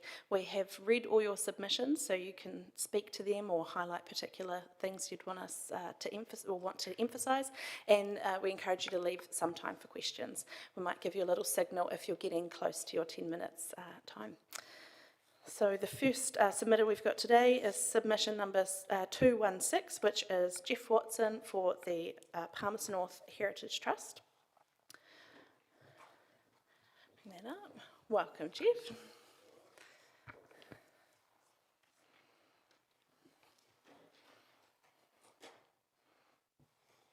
Excellent. Thank you very much. The floor is yours. Kia ora koutou. Good morning, everyone, and thank you for listening to our submission. The Palmerston North Heritage Trust is very thankful for the continued support signalled in the draft budget. The library, te mana, and heritage activities. The Heritage Festival has just recently finished, and it was a fantastic event, and it's great to see that support continuing. It's also very good to see in particular support for the library. It's a very important facility for historians, in particular the Ian Matheson Archives, the community archives there, the council archives that are kept for historians working on the city and wanting to tell our stories. Those are hugely important resources. And on that note, I think it is very good to see that discovery and access to archives are referred to in the budget document. We would draw attention, as we have previously, to the urgent need for storage of archives to also be given priority. This is something which has been signalled for a long time, and if historians are going to be able to tell the history of our city in the future, preservation of materials is very, very important. And yes, digitisation is a very useful resource, and again, we're very lucky here to have Manawatu heritage, and we thank you for your support of that very, very important resource. But actually, one of the things that we do find is that storing paper copies is also very important, because electronic formats vary and change over time and can become corrupted. So we would certainly hope to see fit for purpose storage of paper records as well. So that's essentially the main points we wanted to highlight. We appreciate that times are constrained, but we would like to continue advocating, as we have, for the continued funding of library, te manawa, archives and heritage resources more generally. Thank you. Thank you, Jeff. We have time for questions, and we have one from Councillor Wood. Thank you, Jeff. Thank you for coming in and presenting to us. Admittedly, I'm not someone who uses the archives very often, so in your society or trust's experience, what sort of demand is there for archives across the city? There's quite considerable demand, especially for the community archives, because they are the records of local community groups, shops and things around the city. So when people are doing things like projects like the recent history of the Manawatu Woodworkers Guild, a lot of that can draw on materials that are placed there. So they're important in that sense. Well, fortunately, the back issue series that we have, again, it's very good to see the council has supported that. That's something where, the community archives are just fantastic because of what is kept there. And there's also the opportunity for digitisation for things to go onto Manawatu Heritage, which, do make things much more widely accessible. So perhaps could you talk councillors through, at the moment, if you wanted to access those community archives, what's the experience like?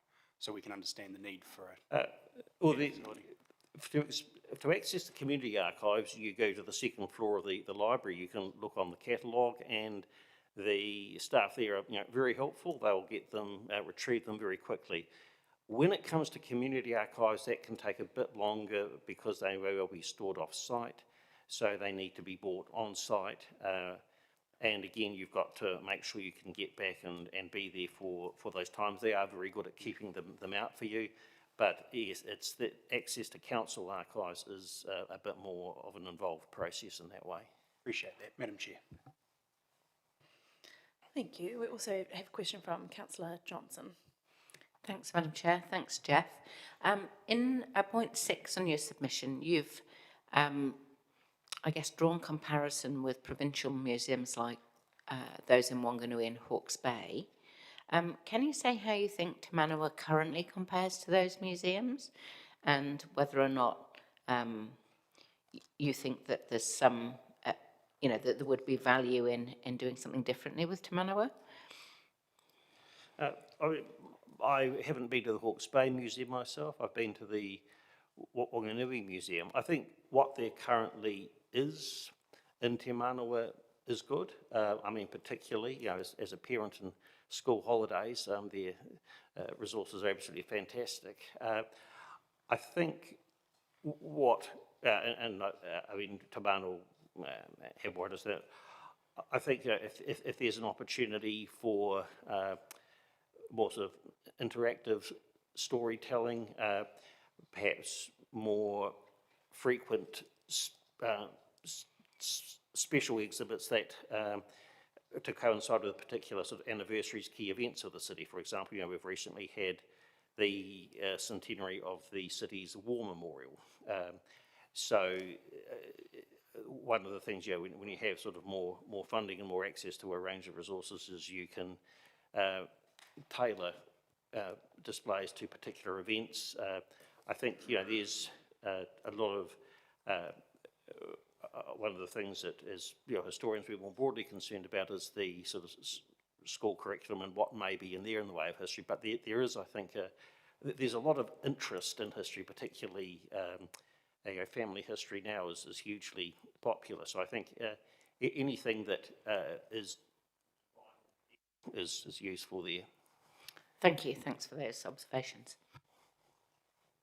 Thank you. And we've got time for one more question from the Mayor. Thank you, Madam Chair. Thanks, Jeff, for coming in, and appreciate the work that you do in the heritage and history space.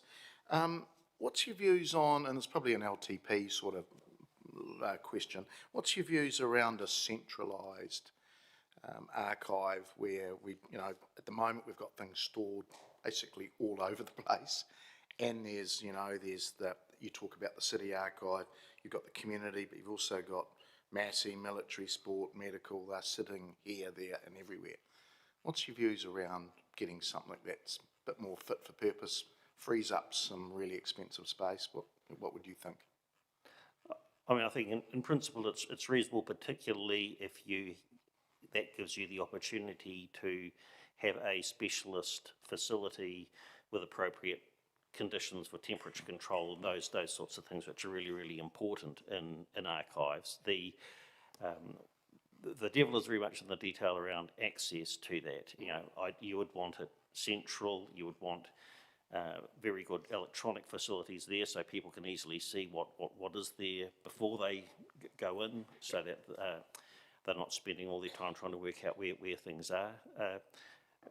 So I think whatever form it took, what I would hope is that the accessibility would be maintained, and that the ongoing access to community records, which is, that's really the distinguishing feature of the Ian Matheson archives, and lots of places have things where you can find sort of what the council decided when and where, but the collection that we have on the various community groups, what they've done, our businesses, our military heritage, the histories of Rangitane that Ian Matheson compiled, those community histories, they're much less recorded in official council records. So whatever format is decided upon, and we understand there's a lot of important considerations, personally I think we would all advocate that the community archives do feature strongly and are represented there. Thank you. Thank you. We do have Councillor Barrett in the queue. Is it a very quick question, Councillor Barrett?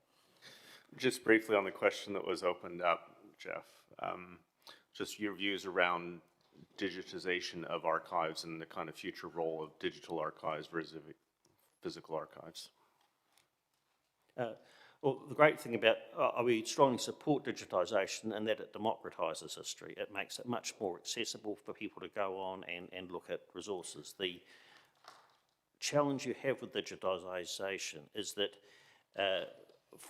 if you're solely reliant on digitisation, it may misread original documents, get some particular spellings wrong, formats can change. So if you've got a whole lot of floppy disks from an era, well, they may not keep terribly well. So yeah, that's the balance you've got there. Thank you, Jeff. Very well done with the clock ominously counting down on you there.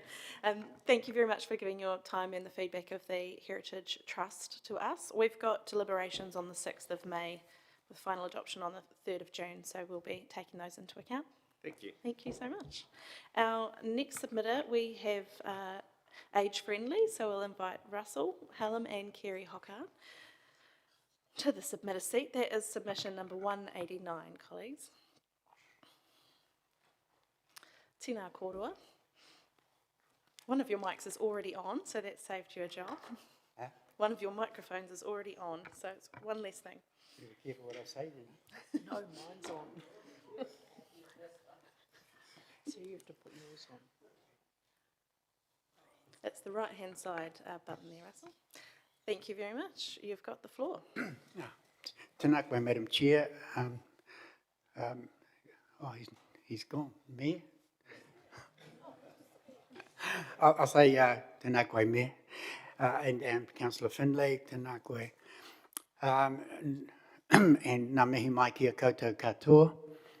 Ko Russell Hallam takawengawe no te chairperson of Age-Friendly Papaoia North Ahau.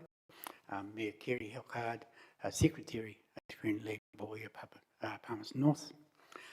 I just want to say thank you for the opportunity. Age-Friendly really appreciates the opportunities and the will of the council to hear us as far as our role goes in the promotion of planning and strategy development within our city going forward. So we do thank you for that opportunity again.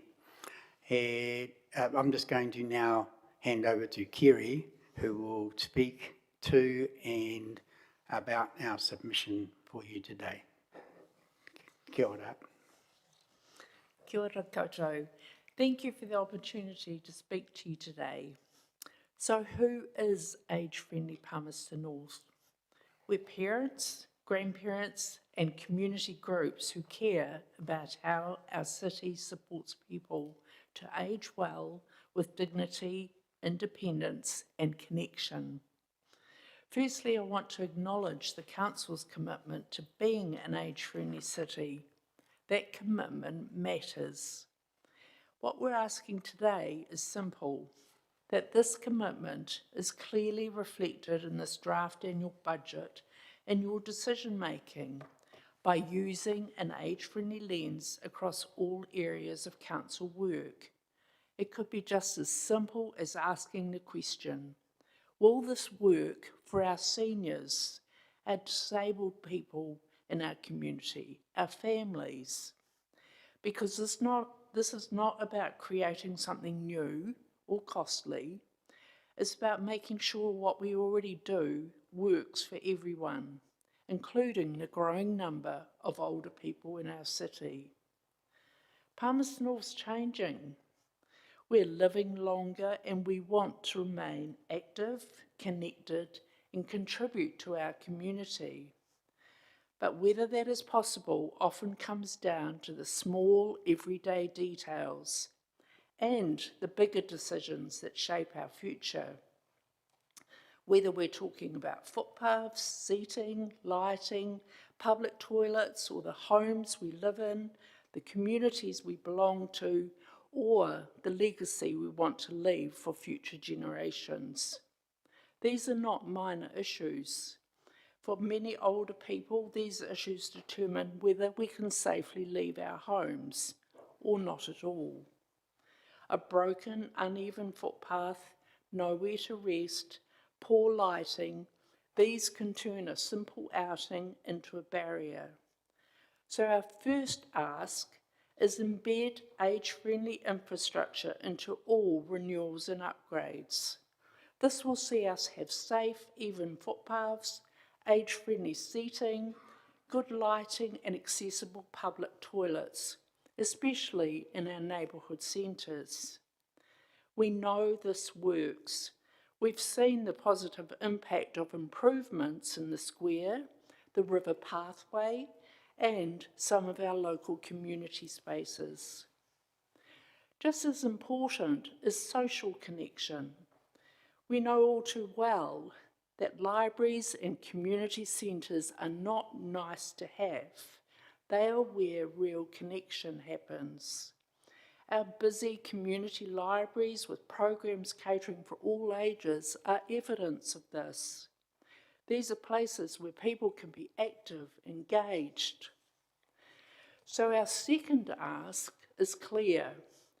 Protect and strengthen funding for these spaces and programs. They are essential infrastructure for well-being. Housing is another growing source of insecurity for older people.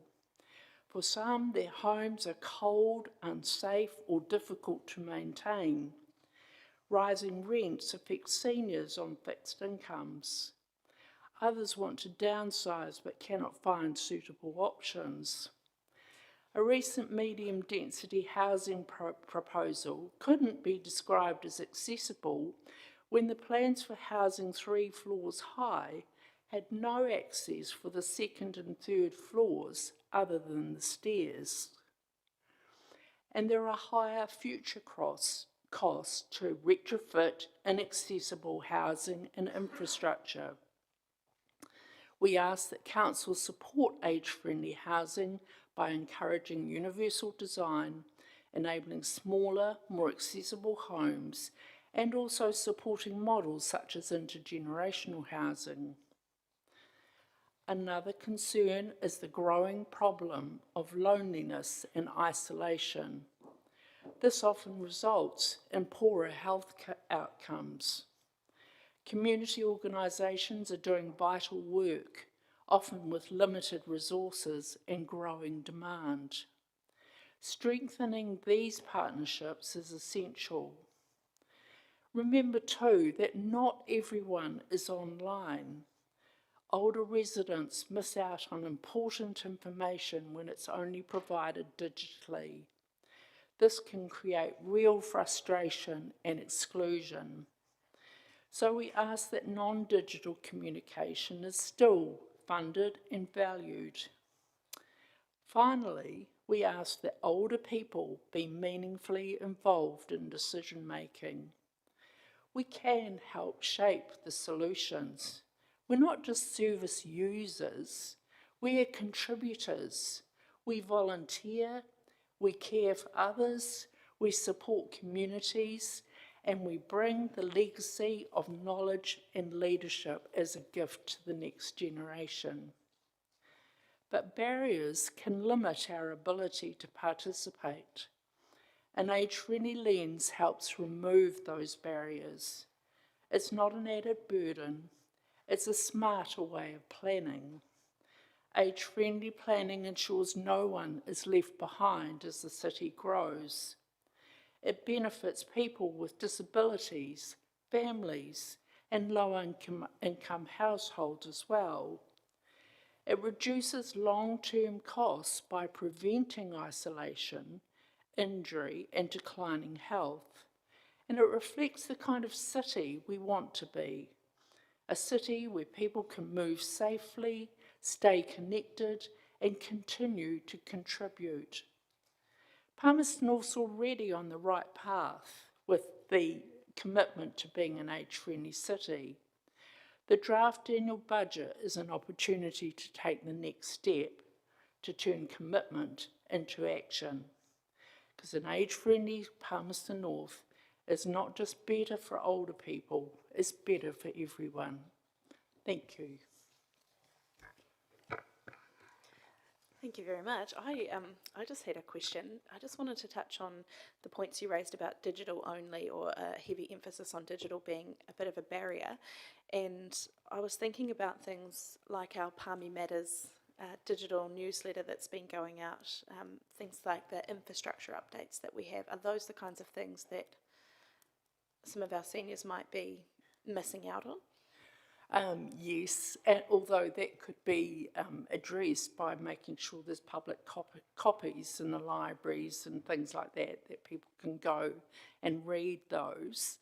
Another example was talking to the manager recently at the Housing Advice Centre, where he said, you know, if you have to apply for renting a house, or renting no matter how big it is, and the only access to that document is online, and that's the older people that he's getting coming in to say, I don't have the internet at home.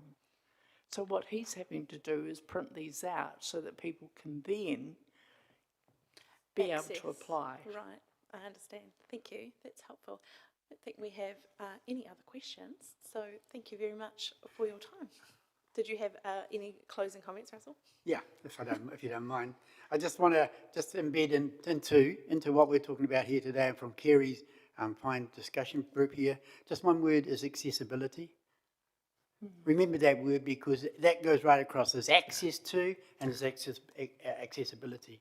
And across the whole domains of being an age-friendly city, which is all our responsibility to maintain and uphold, is that word accessibility. To information, to housing, to transport, right through all those domains. So if there's one thing that we can remember going forward in our planning and strategy development, is accessibility for those and for all of us.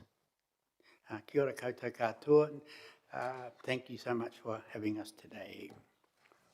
Tēnā koroa, thank you both for giving us your time and helping to inform our deliberations on the 6th of May.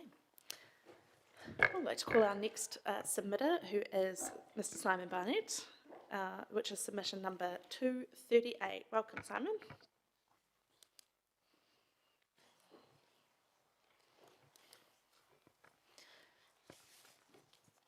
Your microphone is already turned on for you, so you that's why I sat here. Yeah, we are ready when you are, sir. Thank you very much. Thank you for those. I've been listening to those submissions and how interesting they were. So I hope you find mine shorter, but but as equally interesting. So over the years I've sat here and talked to the council around topics such as city branding, Te Manawa, Sculpture Trust and Public Art and Massey University. But today I'm wearing a very different hat in that I'm sitting here as Simon Barnett, well, I've been here a few years, as you can tell from my hair colour, of a long-standing Palmerstonian, but also, don't laugh please, but also from the founder and CEO of OBO. So I'll talk a little bit about OBO for those who may not know anything about us. We're a proud local company based here for now 32 years. We export to 74 countries globally. We have around 80% of our chosen market globally. So we're hugely successful in what we do. And specifically we sell hockey goalkeeping gear for field hockey. And at the Paris Olympics, 75% of all the goalkeepers there were wearing our gear. So yeah, this is a great place to be based for a company such as OBO. It's an efficient place to be. We're well located in every sense, but more importantly, the people here are very special to, I think they're committed, they're clever, and they're very stable. So we have a very long average service at OBO. But I want to come back to that in a few minutes. So lately I've heard conversations about we can't afford that. And I understand in these times affording things is very important. And some of these conversations have been around things like parks and reserves, sports facilities, Onley Park and many of the amazing turfs that we have in this town, hockey turfs, museums, libraries, social housing, public art, events. There's quite a list that I could go on. So I've heard this conversation around we can't afford that, and I think it's a good conversation to be having, but I've got a but. Let me return to OBO for a moment and explain that we rely on our people to let us thrive and to enable us to thrive on the global stage. It's not working 5% harder that gets us to where we've got to and into our future, but it's actually working 5% smarter, cleverer and more innovatively and thinking creatively that gets us to the place that we are at and maintains us at that place. And I think if someone from Massey University or Fonterra and many other companies in this town would say the same thing. So we're about to advertise for a new marketing lead at OBO. I'd like to think that person will come from Palmy, but they may not. It's likely that they won't. So we're competing with Auckland, Wellington, Melbourne for that person. And it's the lifestyle of Palmy that will bring that person here for their family in particular. So it's not going to be our water, it's not going to be our roads, it's not our footpaths. These are all qualifiers, of course they have to be good, but they're not differentiators. But we have to stand out in ways other than those things if we're going to attract people from those other great cities. So I recognise there's a real tension here, and I'm completely aware of that. Between myself and our companies, our family contributes in between $100,000 and $200,000 in rates to this town, so a 10% increase hits our bottom line quite significantly. And I was having a conversation with my 96-year-old father-in-law over the weekend, who's on a fixed income, and he was saying how difficult rates increases are because he's still in his own home. So this is a tension that we need to resolve, but the importance of in our future is really our long-term successes around being able to attract and retain people, really good people in this town. So I'd rather frame this conversation around, rather than what we cannot afford, I'd rather say that we cannot afford not to continue to invest in many of the things that I listed earlier. We have to continue to invest and maintain and develop those things that really will attract these remarkable people into the city. So thank you very much. Happy to answer any questions. Thank you, Simon. Do we have any questions? We have one from Councillor Barrett. Thanks, Madam Chair. Thanks, Simon. So just to pick up on your point then around qualifiers versus differentiators, so what do you see as the key differentiators in the city that council should be backing? Things that really work toward families having a very good life here, and clearly that's something that goes back to the basics of education, of recreation, of events happening, and a safe city. So I think things that really work toward making it family friendly. Great, thank you. Madam Chair. Thank you, and we have one from Councillor Finlay. Yeah, Simon, I don't know if you're here, but we had a submission from the gym sports just earlier on. Were you here for that? No. Okay, that they wanted to purchase a building in Kelvin Grove, actually, to build for gym sports. Do you think the council should encourage an organisation as such as that? They've got 1,200 members, and support them to extend to the owning a building of their own for their members. Would you support that? With my rates? Yes. I'm a little biased because I've got a grandson that's very good at gym, and we've recently committed to sponsoring something toward that building. Yeah. From OBO. This is exactly the tension that I understand you guys have, because this is an endless list of things. But these are very. This is quite a grounded, fundamental sort of activity, I would have thought, and investments need to be made in buildings and the long-term development of some of these, and release then people to develop their sport or their interest. Yep. So, I don't know, I'd rather pay a little bit more rates and see things carefully considered, things that really do contribute to the youth in this town. Thank you.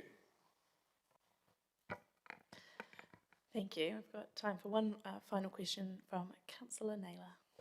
Thanks, Simon.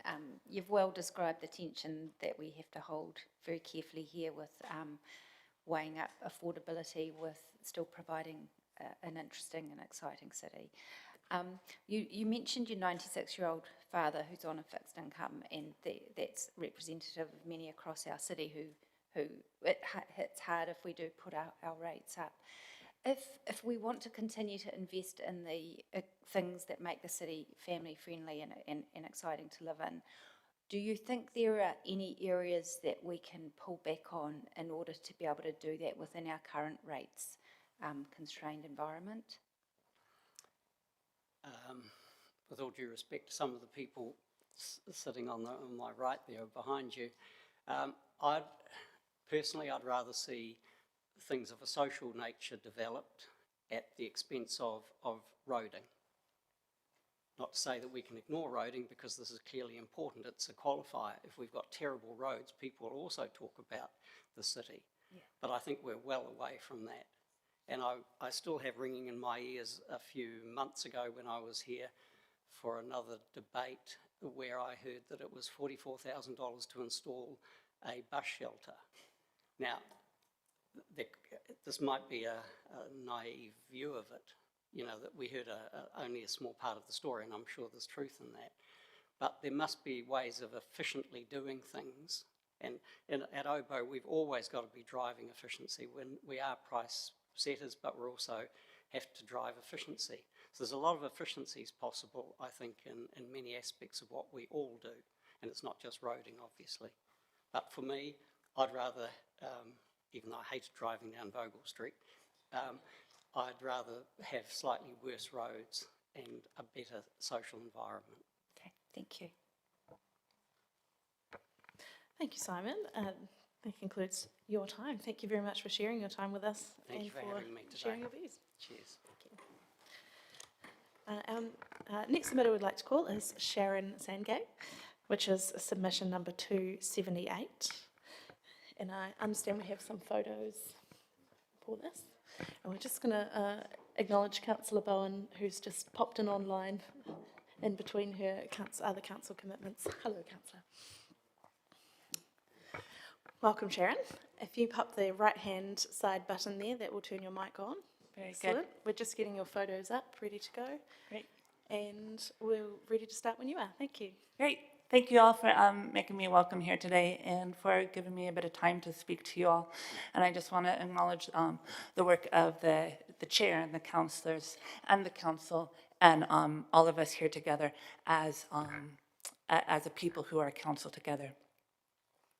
And I want to acknowledge Te Marae o Hine as well on this iwi land and the marae toward whom I report, which is Te Rangamari Marae, and I will be speaking a bit about housing today. Housing is my topic, but a lot of that will be related to Te Rangamari Marae as well.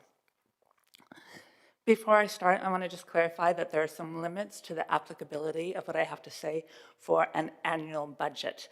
What I have to say is very relevant for planning and development, sustainable development, infrastructure development, and the city vision. But there are some limits to the applicability for the annual budget because I am persuaded that sustainable development, including the provision of more housing in this region, is essential for national and international well-being as well as the regional well-being. We are positioned in the Manawatu to contribute to, I'll just go out and say to world peace and to national welfare by developing in this region.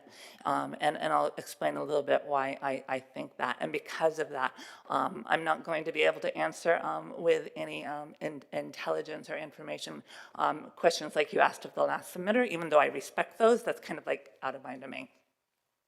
And I just really want to talk about the last submitter talking about lifestyle as something that is really a draw into this region and a family-friendly place. And if we develop in these ways, we have much more potential to support national well-being as well as regional well-being. And I also want to support this previous submitters speaking about accessibility and universal design and having houses that are right-sized enough, which often means smaller than what as often as going on, right-sized in order to not have too much housework, please, you know, to care for and to maintain and to keep us connected while also having a little space between houses in many cases would be a good idea. So my main point in my submission today is that I am supporting the provision of more housing in general, particularly mixed housing, yet I'd like to just point out, could you go to the one on Dittmer Drive? Next one. Okay, so this is just, it's not even readable, but this, oh, there we go, thank you. So this is from one of the Palmy newsletters, a council submitted newsletter, just letting us all know that you're doing hard engineering solutions to protect the city housing. Great, we don't want the houses that we already have to flood. So this is a pipe, hard infrastructure, hard engineering solution, costly solution in order to protect housings in the case of a major flood event. And we definitely have to be preparing for major flood events in this region.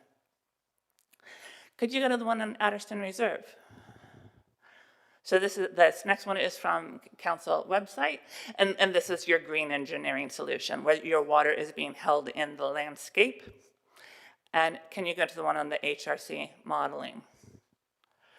So if we're holding water in the landscape and slowly releasing it into the river, we have one set of options for downriver. And if we're saying, oh my gosh, we're in panic, let's pump, send it out in pipes, It all goes downriver. And where does it land? You can see in this flood modeling the yellow, so you can see the red rivers coming down. That's the Oroa and the Manawatu coming together. And all of that yellow is spaces that we're potentially going to have major problems. That includes Te Rangamari Marae, and it includes a downriver in general. Downriver here, downriver of our new developments. So when you have developments such as out in Aukotri that are holding the water in the landscape, you're saying we're taking responsibility not only for our well-being here, but for our well-being downriver. If there are new developments going in that space between Oroa and Manawatu River, you've got this, or anywhere that is as upstream. Palmerston North is upriver of all of these flood areas. Any place that's going, if you're only relying on a pipe solution, or if you're saying, let's do infill only, let's put hard surfaces everywhere, let's have roads everywhere, let's dig up the roads we put in last year and put in more pipes so we can do infill. The more that you are relying on a hard engineering solution as your primary means or your main means to put more houses in, the more you're going to create downriver problems. Now, there are some wonderful things that can go together. You can have your lifestyle. Well, people say, oh, I can go out and walk into biodiversity. I can enjoy a beautiful wetland space. I was just at the dog park, that Linklaters Reserve before this, and running my dog. And, you know, there's lots of places there where you can hold water in the landscape, and that could actually be enhanced, but there are already the natural contours of the lands, the wetland plantings. These are places that make that mostly working class subdivision right there a really livable, a more livable and more family-friendly part of the city. And you also have that reserve that's holding water in the landscape instead of creating downriver problems. That type of design can increase biodiversity, can increase the amount of water that's being held in the land if you're thinking about your green belts. Increase the livability, increase the attractiveness of the city, and not create problems for Te Rangamari Marae as one example of what it means to be living downriver of Palmerston North. So that's my main point for today. Yeah, thank you for taking the time to listen to me. Any questions? Thanks, Sharon. I did have one. So just in listening to you talk, am I understanding that you're advocating for a catchment-wide approach, not just a stormwater planning, but for housing planning and land use in general? I love that. Yes, thank you. Yeah. Thank you. And that, and so there are numerous co-benefits to that approach, is I think what you're getting at. Yeah. And so I just wanted to link to what the previous speaker was saying in terms of lifestyle. Is that something that you would advocate as well as being in engineering solutions, but it also contributes to the livability of the city? I certainly think so. Like, so I'm living in a Kayanga or a home right now. And there are some stressors involved with that, and there are some real benefits, because that means that on a welfare guardian's income, I am able to do some volunteer work, to come to the city, take the bus, and walk to the Esplanade. And I don't actually have a lot of entertainment budget left over, so to be able to walk to a place that is so beautiful, to me, is just a huge lift in my lifestyle. And I can sit here and say, I'm on a really constrained budget. And I've got this huge lift in my lifestyle because I can walk down to the Esplanade and I can walk through the bush. And it's not just that it gets me out there exercising. I can feel the stress leaving my body, you know, and it's just, I need that. Like the idea of losing access to green space is, it's just the idea stresses me out. Whereas if I go and I stand in the forest and smell the soil and, you know, touch the kawa, it's just like, whew, whew. You know, you just saved your health budget and you've got me for another year to listen to. Thank you so much. I think that has expired the list of questions and you're within time. So thank you very much for sharing your vision with us today. Thank you, Chair. We've got deliberations happening in early May, so that will help us with our work. Good. Thank you. Right, the next submitter we'd like to call is Chris Moller from Queen Elizabeth College. Welcome, Chris. That's submission number 308. colleagues.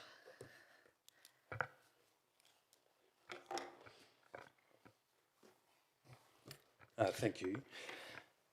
I suppose I did a submission based on the possibility of facilities increase in price, but I suppose I've got more of a general type of discussion to have with you. So I wear a couple of hats. I'm the principal of Queen Elizabeth College, but I also chair the Regional Principals Secondary Group, which represents the colleges and high schools in this region, plus quite a few of them that commute into us for sport. So Palmerston North, in terms of sport, is quite a dynamic centre.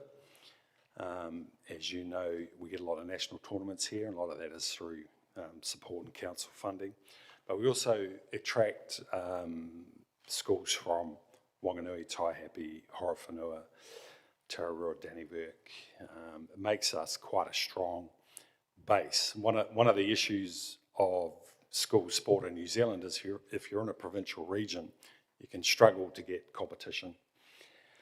So we're very lucky to have the facilities that we have in the city. We're very lucky to have the schools and the competitions. So we do value that. My concern is to speak out on behalf of the families and the pupils in terms of, and again, I understand the balance of rates and all of those things, but our problem would be if rates or costs were to increase for council facilities for sports, then those costs will be directly passed through to families. You're talking about young people that often don't have an income, so they're relying on their parents. So I would ask you to think very seriously about that. You might also get a situation where we know at the stadium already in winter sports, it's quite difficult to get the continuity of competition because of outside bookings, and those are moved a lot. There is some dissatisfaction in the school community about that disruption, and if costs went up, it could be that we run an alternative model and run through our own gyms, which in reverse might actually cost the council money because we're not even going to turn up there. We'll do something else. That's not a threat, by the way, it's just a reality. The other hat I wear is we have an international student market at our college. We've been registered with SEBA now for 2 years, so we're quite new on the scene. But we are really valuing the support of the City Council and international students and the Palmerston North group that is already formed, and the links that we have. We're working ourselves as a college to get to China in September. We're taking hopefully 30 kapahaka kids to China on a 10-day tour, which will be a bit of an eye-opener for some of the kids coming from our school. But it's a bit wider than that. We really have appreciated the support of the Mayor, of his council staff, and of the other directors of international education in the city. Not only that, we are also directly supporting a number of families. We're charging $350 a week per student, and they're going into local houses, and those houses are benefiting from that fee as well. And this is happening right across the city in a lot of schools. So there's a lot of income flowing in. So I suppose while my submission was on sport, while I'm here, I'm going to have a little talk to you about making sure that we can keep that international provision going as well. Right, that's all I've really got to say, but I'm happy to speak to you from the perspective of a principal or from families that I know anyway. Thank you very much, Chris. We do have some questions. We'll go to the Deputy Mayor first. Thank you, Madam Chair. Tēnā koe, Chris. Lovely to have you here, and thank you for coming along. It's really good that you also represent the region, Manawatu, Horowhenua regional principals. And I just did a quick check that within our region, we have 16,000 students approximately this year. 2 questions. First one, what challenges do you anticipate if student numbers continue to increase without additional court space facilities? Yeah, I haven't really thought, Deb, that far into it. I think what will happen ultimately is we'll have to come up with a different model. So I know in other regions school gyms are used. The difficulty with using school gyms is competitions get fragmented. But that possibly would be an option, looking at the facilities already available and what's used, not used. A lot of those facilities, you know, are already booked by outside groups. Yes. Because they use them as training facilities, etc.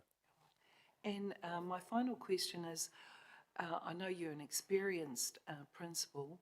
What differences have you observed when students have adequate space to be active versus when they don't? Well, I've just had 2 wet lunch hours, so I can talk to you about the hallways. You can remember your school days. When they're confined, it's busy. When there is freedom of space, it is a lot more relaxed. I think one of the beauties, the thing I love about this city is I'm a sports guy. I was a young sportsman, athlete at Massey University here last century. So I know the history of this city, and I know the history of the sport. And I love the fact that the national tournaments are here. You know, I can sort of say, yeah, well, I can go down and watch any sport. And I love the top 4 rugby. I'm a bit of a rugby buff, and I can just wander up in sort of September, November and watch the best schools in the country right here in the city. So it is a real feather in your cap of this council to have those events happening here. You're well regarded nationally. Thank you, Chris. Thank you. We've got a question from Councillor Naylor. Thanks, Chris. Just with you raising the concern around the cost of for sports that being passed on to families, are you suggesting that there's concern if the costs are increased from what they are now, or are you saying that you're concerned about the current cost? We're managing. So I checked with my sports people before I came down. We're paying $120 per child to play basketball for 1 season, and it's $120 to play netball. Rugby is a lot cheaper because they run around on grass for about $30. So the Manawatu Rugby Union, pretty good there. But every association has a different model. But yes, we're worried that if facility prices increase, and if that is part of the budget consideration, that those on costs will come to our young ones, and they're already struggling to meet those costs.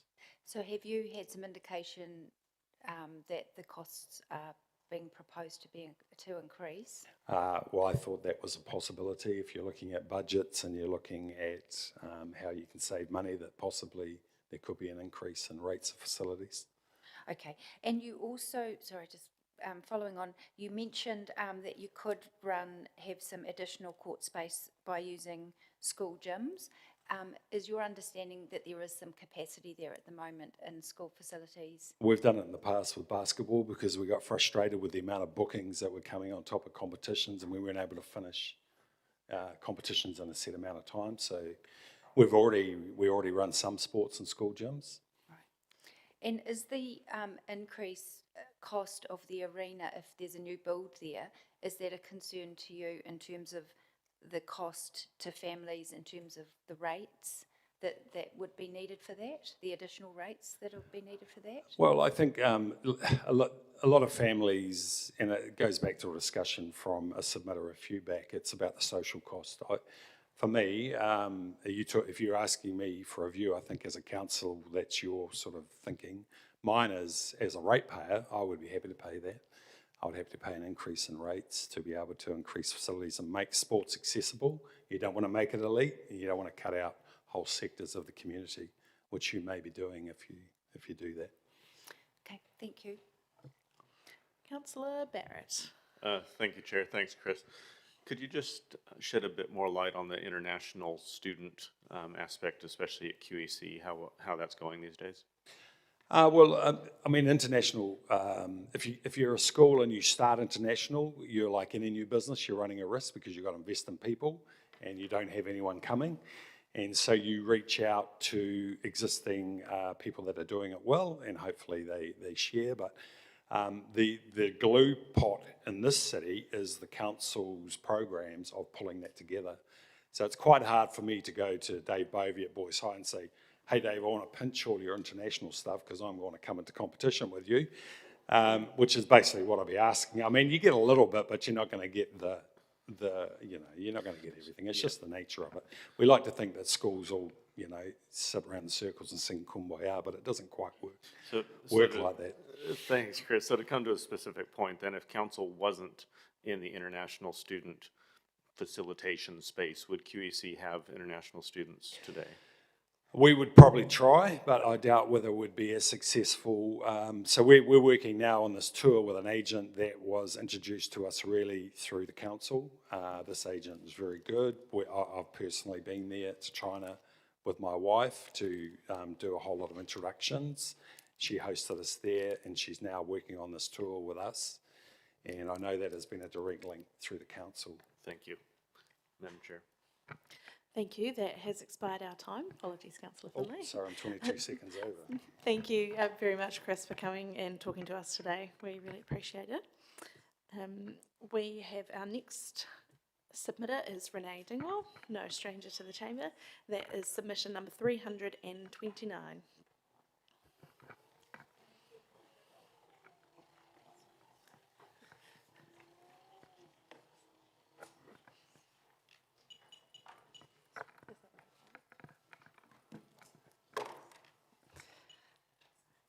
Thanks, Renee. Welcome.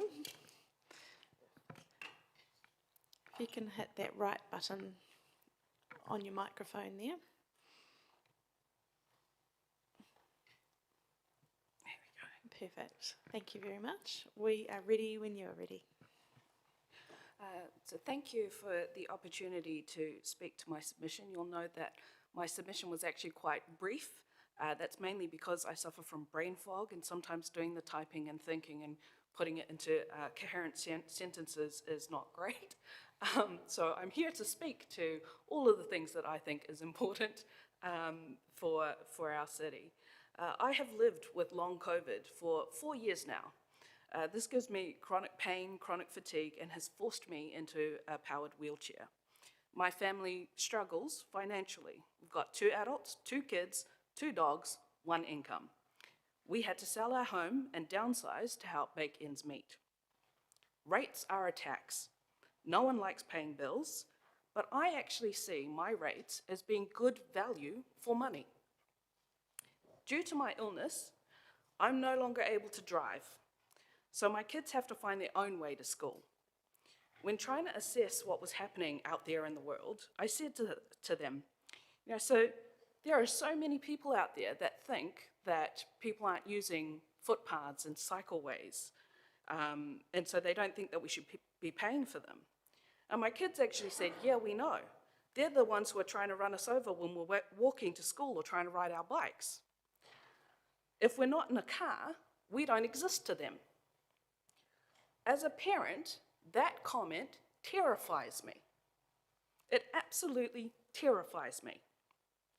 It also shows that some people have difficulty seeing value in things that they are not directly impacted by. So here are the things that are important to me. Separated cycleways. I know there has been a huge amount of angst about these separated cycleways, particularly the one on Featherston Street. But I tell you, my aging father-in-law loves using his bike to cycle from his rest home all the way down Featherston Street to where my mother-in-law is in her rest home. He uses that cycleway all the time, and it's been brilliant. My husband cycles all the time to work now. He cycles to work, he cycles home for lunch, he cycles back to work, he cycles home for, after work. We actually timed it. It takes him 10 minutes to cycle home. It takes him 15 minutes to drive. So he loves the cycleways, and I love the cycleways because I know that the separated cycleways helped to keep my family members safe. My husband now wants to speak. I just wanted to say, since I've started cycling, I wanted to note that as soon as I get off the separated cycleways, similar to what the kids have said, people immediately start trying to kill me at the rate of about 1 a week. Cars just don't respect bikes. And so that terrifies me. I would really love to see a separated cycleway, particularly along College Street, because so many kids cycle along there. And on days that we've had to drive down there, Like, you see the near accidents all of the time. Cars park in the cycleway because it doesn't have a barrier, and it's immensely frustrating. And I think in this day and age, those are the kind of things that we need to be investing in. I love the idea of option 3 for the footpaths, because footpaths are a massive hassle for me as a person with a disability. If you're having to push somebody in a wheelchair, the amount of times that that person in the wheelchair nearly flies out of the wheelchair because of all the bumps, particularly the bumps on curbs, it's horrendous. I would love for councillors to like sit in a wheelchair and have someone else push them just around the square and see how many times you end up falling out. I would love to see that happen, but that would be a health and safety issue. So I feel like more investment in the footpaths would be a good idea, and not waiting 16 years to do that. Probably be dead in 16 years. So I also love raised pedestrian crossings, because that helps me get across the road a lot easier. These days, my power chair is so slow that when I try and cross the road normally at the lights, cars beep at me. Cars literally beep at me while I'm trying to get across the road, and I'm going as fast as I possibly can. And it's another thing around that issue of people in cars just having this, I don't know, built up frustration around people who are not in cars. I love the idea of street trees, because that makes footpaths a lot friendlier for people who want to walk. And I know that there's that balance between the trees breaking up the footpaths and those kind of issues. But I've moved from a street where there used to be lovely trees to now a street where there are no trees. And you can see the difference, you know, in terms of people who want to walk through those spaces. I support the idea of more bus shelters, because it's nice when people come and visit me, and it's hard for people with disabilities to get around the house, get around the city. So I support that. I support having more accessible car parks, because we are an aging population, and there are a lot of people, like I'm in my 40s, and I'm now having to navigate things like accessible car parks. And I found it interesting that there's no accessible car parks really from like outside the plaza all the way down Broad Street. And so I often have to take my life in my hands when I cross the road down that side of town. It would be great to have an accessible car park on that side. I love the Lido swimming pool. I know I'm running out of time. I love the Lido swimming pool. It is way cheaper than having your own pool, which I did for a couple of years. So in terms of value for money, having a communal pool is great. I love the libraries. I've had to spend a lot of time sitting in libraries when my house got flooded, and I had to spend 2 weeks hanging out at the library because I had nowhere else to go. You know, libraries are really important.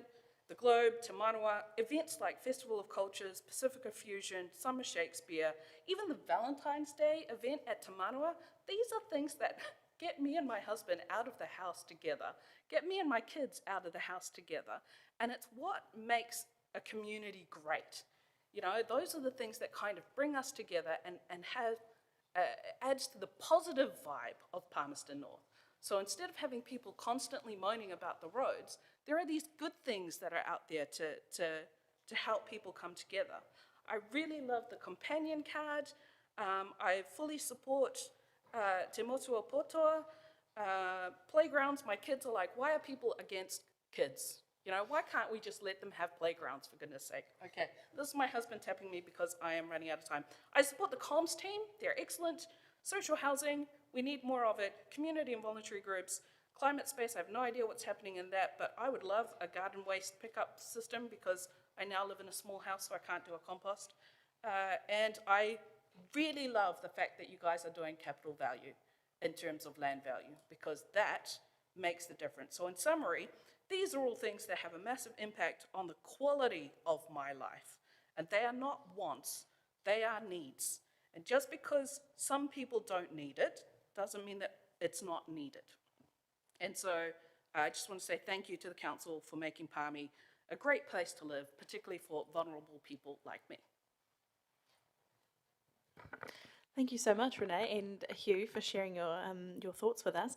I had a question about, I think you were in the room for Age Friendly's submission a little bit earlier, and Russell there talked about accessibility as being business as usual for the council, something that we would do anytime we did anything new. Is that something that, what do you think about that position? Absolutely. I mean, it does frustrate me a lot, because a lot of things that seem to be accessible really actually aren't. I have been stuck in the toilets of the library and had to call the call centre to get me out. That's not fun. So if we can actually have accessible spaces, accessible toilets, footpaths that people can actually get around on, if we have that age-friendly lens, it's not just for seniors, it's for everyone to have a good quality of life in Palmy. That's what keeps people here. Thank you, and we have time for one quick question from Councillor Johnson. Thanks, Chair. Thanks, Renee and Hugh. Thanks for coming in and your submission. I was just going to ask you, you know, we've heard from people that say that our rates are too high and they want us to do less. And we've heard from people like yourself that value the services the council provides. You also referred to the fact that, you know, cost of living is tough when you've had to go down to one income. So what is your kind of overall feel about the level of the rates increase at 4.9%? Honestly, it does make me wonder what you're cutting, because I really value the stuff that we currently have, and I would hate for things to get worse in Palmerston North. I would hate to lose all of these things that I mentioned that was really, really important for me and my family to keep us here. And so if the rates had to go up a little bit to pay for all of this, I am happy to do that on my one income, because I know that it's actually cheaper for us to have this good quality of life than it is for me to try and pay for all of this stuff myself. Thank you. Appreciate that. Thank you, Tēnā kōrua. Thank you very much. That expires our time. Thank you so much for coming down to us and talking to us today. We really appreciate it. Our last submitter for this section is submission number 221, which is John Adams for the Globe Theatre Trust. Welcome, John.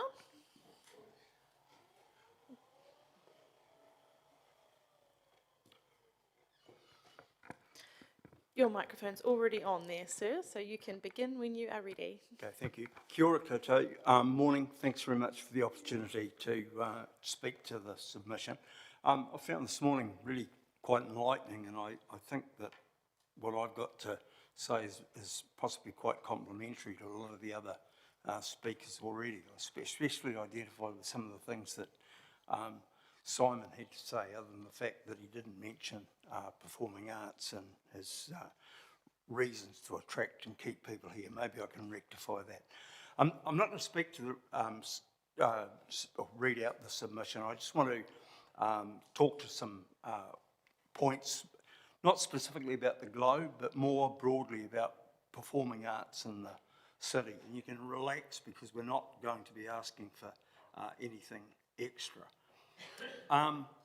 Palmerston North's got a really thriving performing arts scene, and I believe it's quite unrivalled with similarly sized centres throughout New Zealand. The City Council's contribution to performing arts is a key component in that, and we're really the envy of a lot of other centres. The Globe's had a pretty heavy involvement over recent times with EVANS, the Events Venues Association of New Zealand. And some of the obstacles that are put in place in similarly sized cities really make us the envy of some of those places. We should be proud of that. I guess in tough times that we've got at the moment, where we've got major constraints, that performing arts is really seen as a nice to have. And I guess they are, but I think they're also so much more than that. And I've mentioned a number of benefits in the submission, and I've developed some of those themes that I hope you'll take the time to read. But I wanted to speak to a couple of them. The first one is the economic benefits of the arts.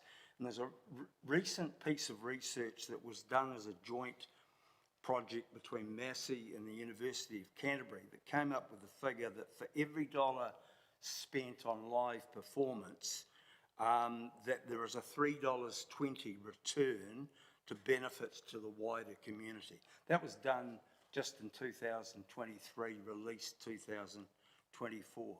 The other aspect that I think is particularly relevant in times like now is just that the role that performing arts, live performance plays in social cohesion.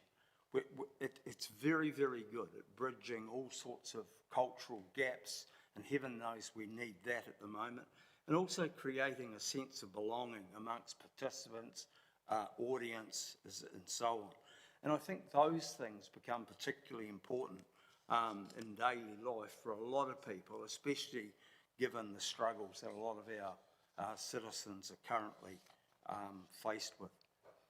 What we are asking for is continued support from the council to ensure that the arts scene in Palmerston North remains as vibrant as any city in New Zealand, and thereby negating that somewhat boring perspective that others have of us, and going some ways towards keeping this place a great place to live or to visit.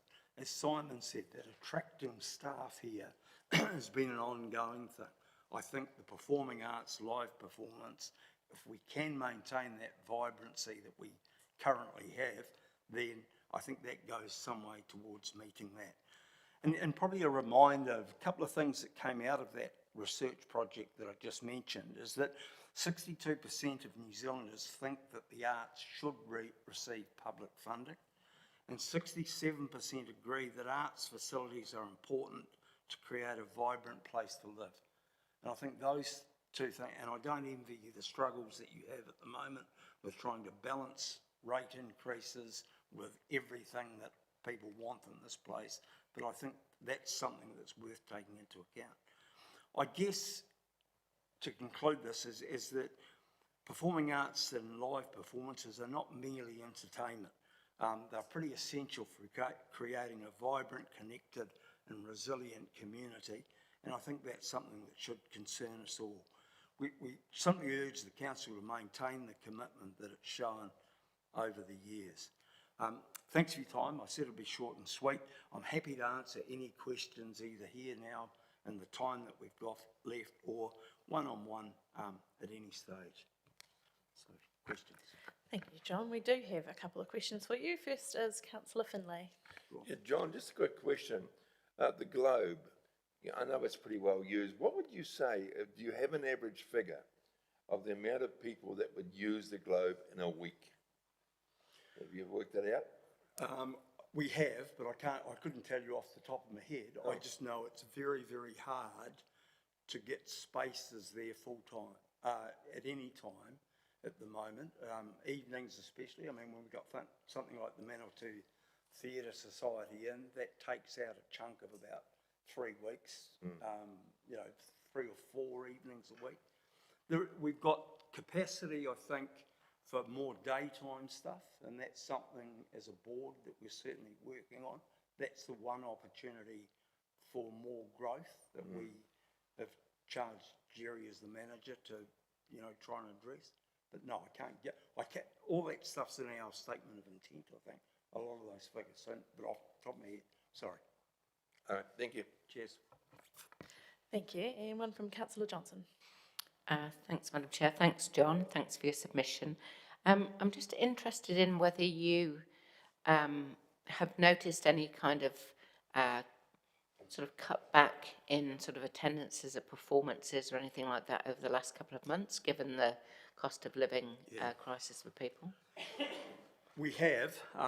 It's across particular sectors. We find that music at the moment, music performances, is a bit of a hard sell. We've talked more broadly with other operators in the city.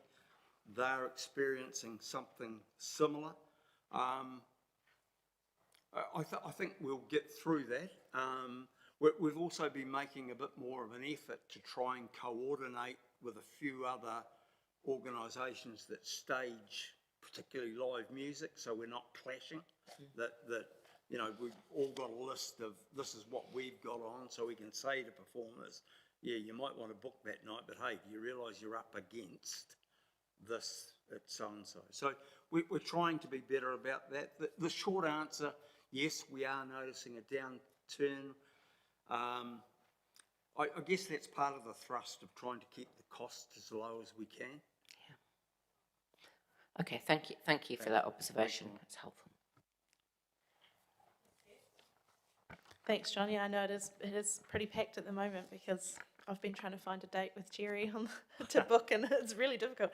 And so it's really great that you're so busy. Thanks so much for coming down and presenting Thanks to for us. your time. Good luck with your deliberations.